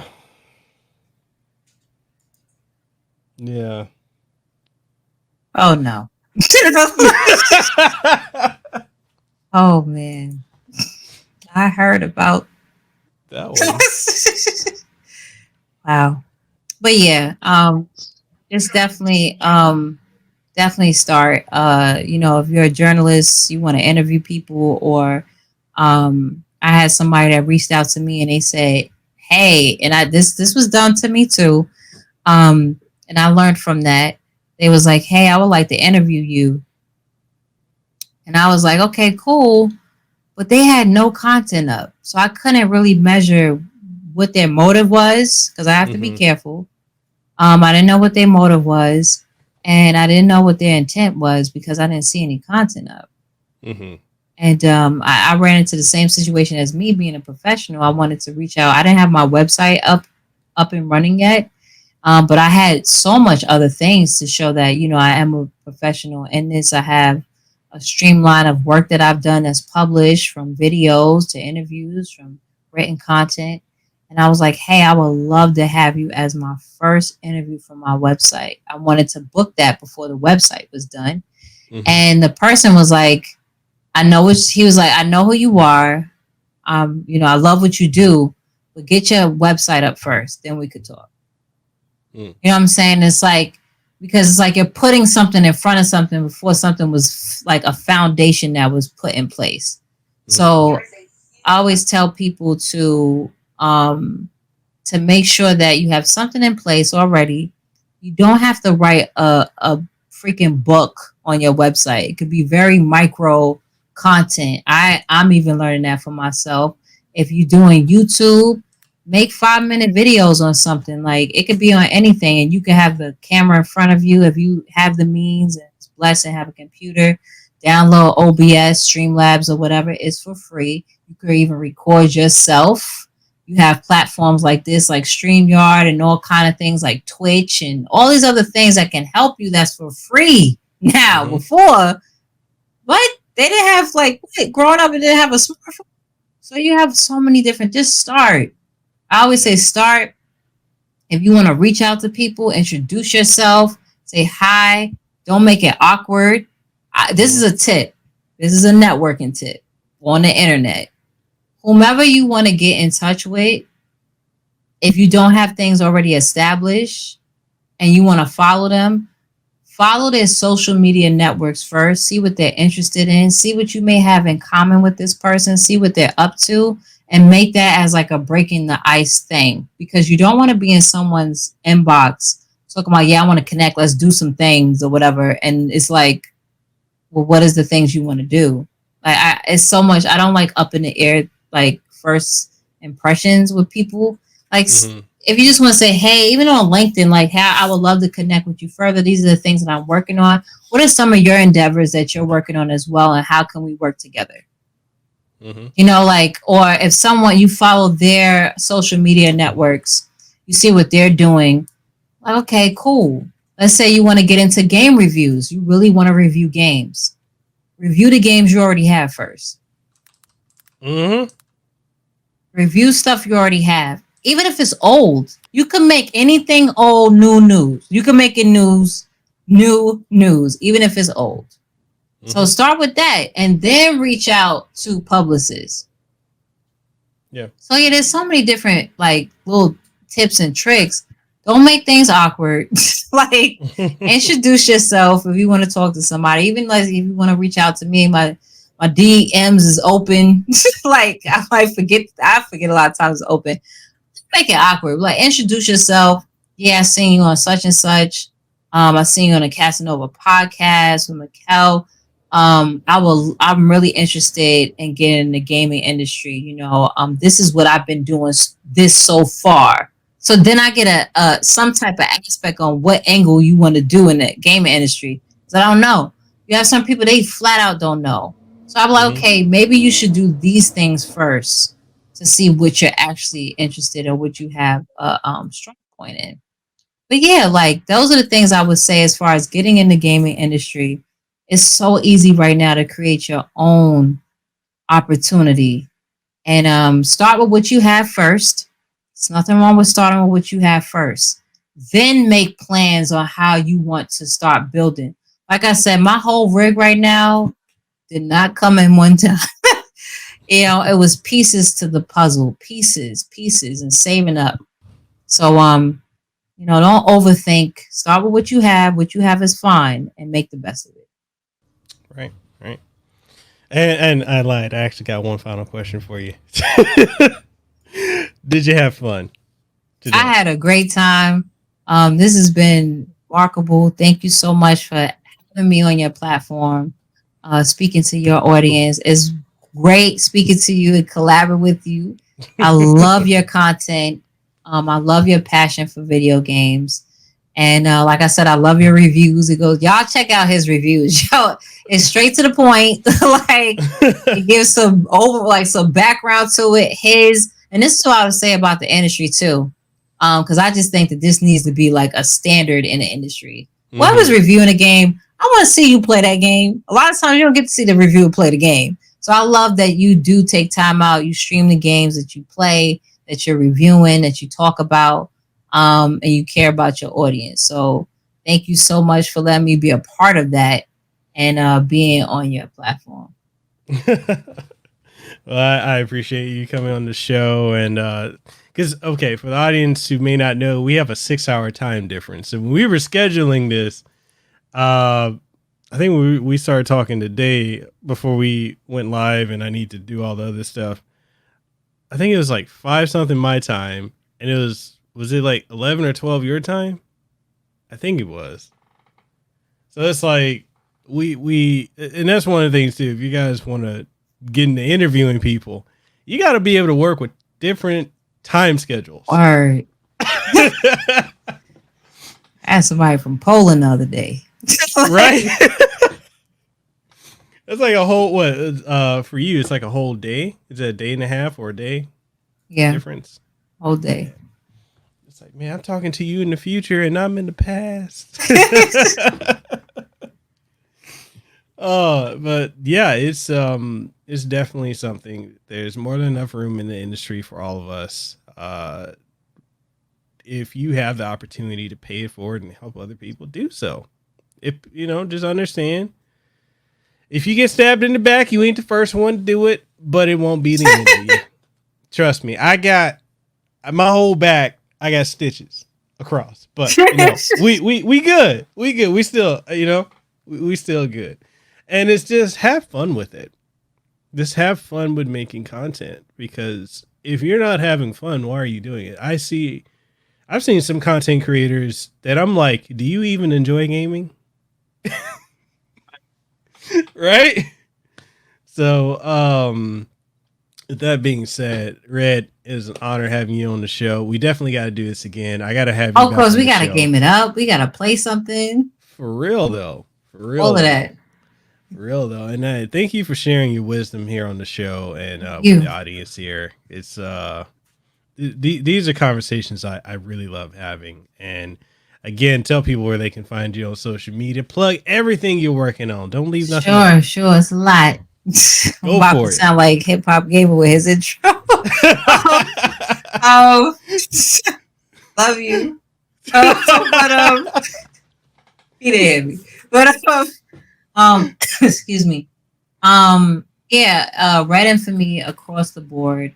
On Twitter, on Twitch, on YouTube, it's REDinFamy. So you go to youtube.com/REDinFamy now. Before it was something else. Instagram, PlayStation Network. My gamer tag is REDinFamy. So the Switch joint, y'all gonna have to search for that. I'm gonna have you just hit me up. That's a whole social security number. It really is. My Steam is REDinFamy as well. As far as content, geekgametight.com. Please bear with me. It's a little bare bones right now as far as how I look, because I had to strip the whole theme and start all over again. So bear with me. But I do a lot of my content in the means of that on YouTube. So I do interviews as well. I do first plays. I love to play like an hour or two of the game that I'm reviewing to give my first impressions. And so I'll stream more of that. I do a lot of different analyzing things. I consult with people as well too. So geekgametight.com is the website. Everything is REDinFamy as far as all social networks. I do have a show along with other hosts, Aaron and Warlock, which is on Gary Vee's 1:37 p.m. It's formerly known as Good Game. We're going to announce the new name of that show. It speaks on esports. I do have projects upcoming with the Ultimate Gamer. So definitely check out the Ultimate Gamer. And also check out my family, Alienware. I do stream on their platform as well, too, when I do stream. And I'm trying to think of what else. And I will be continuing a series, like, as far as this whole important conversation, just to get more of us out there. So I always say, anybody just hit me up if you want advice, how getting into the industry, or you're already in the industry and you just want to connect. My LinkedIn is Tamika Moultrie, and it has REDinFamy. So if you search REDinFamy, you'll be able to search me on there too. Okay. As you're saying, I'm trying to grab everything. Like here. No, but I'm gonna include everything because this is gonna go up on all major podcasting outlets, and also it's gonna be re-uploaded on YouTube. And I guess this is the part where I gotta do my super long. So if you enjoyed this podcast and you want to know where you can find it, if you want to listen to it in audio format, if you're watching it right now, I think it's this way or this way. However, yeah. So it's on Apple Podcasts, Google Podcasts, Stitcher, TuneIn Radio, iHeartRadio, Pandora. We just got approved for Amazon Music. Congratulations. We just got on. Yeah, that's wild. If you want to support the podcast, we got Patreon. So patreon.com/Mekel Kasanova. You can also catch it on youtube.com/Mekel Kasanova. And always exclusively first live stream interviews on twitch.tv/Mekel Kasanova. And I'm tired of saying my own name, but yeah, I'm across the board. My contact has been freaking out this whole. Oh, I got contacts on it too. Like, it was messing with me the other day. Yo, especially when you got the lights. Especially when you got the lights beaming. Yeah, I need some gunner glasses. I need some gunners or something that's similar to it. Yo, Gunner, holla at us. Facts. Then. But with that being said, I hope you guys enjoyed the show. Links to my guests, all their social media outlets will be in the description below. And I hope y'all had a good time. And with that being said, REDinFamy and I are out. We'll see y'all on the next one. Hey, did you enjoy this episode of the Kasanova podcast? Well, I'm sure you did. And since you did, and you're wondering where else you can find it on every podcasting outlet. Yes, that includes Apple Podcasts, Google Podcasts, Stitcher, TuneIn Radio, iHeartRadio, Spotify, Launchpad DM by Podcast One, and so much more. And the only thing I ask of you is if you truly enjoyed it, even if you didn't enjoy it, please leave a rating and tell us what you thought of it, what you like, what you didn't like, and everything in between. And also, if you're looking for video formats of this podcast and many more, you'll be able to find them on youtube.com/Mekel Kasanova, as well as on twitch.tv/Mekel Kasanova, and new episodes every single Monday morning, 8 a.m. Eastern Standard Time. So, with that being said, this is Mekel Kasanova, Hawaii's favorite YouTuber. I am signing out. You guys have a great one.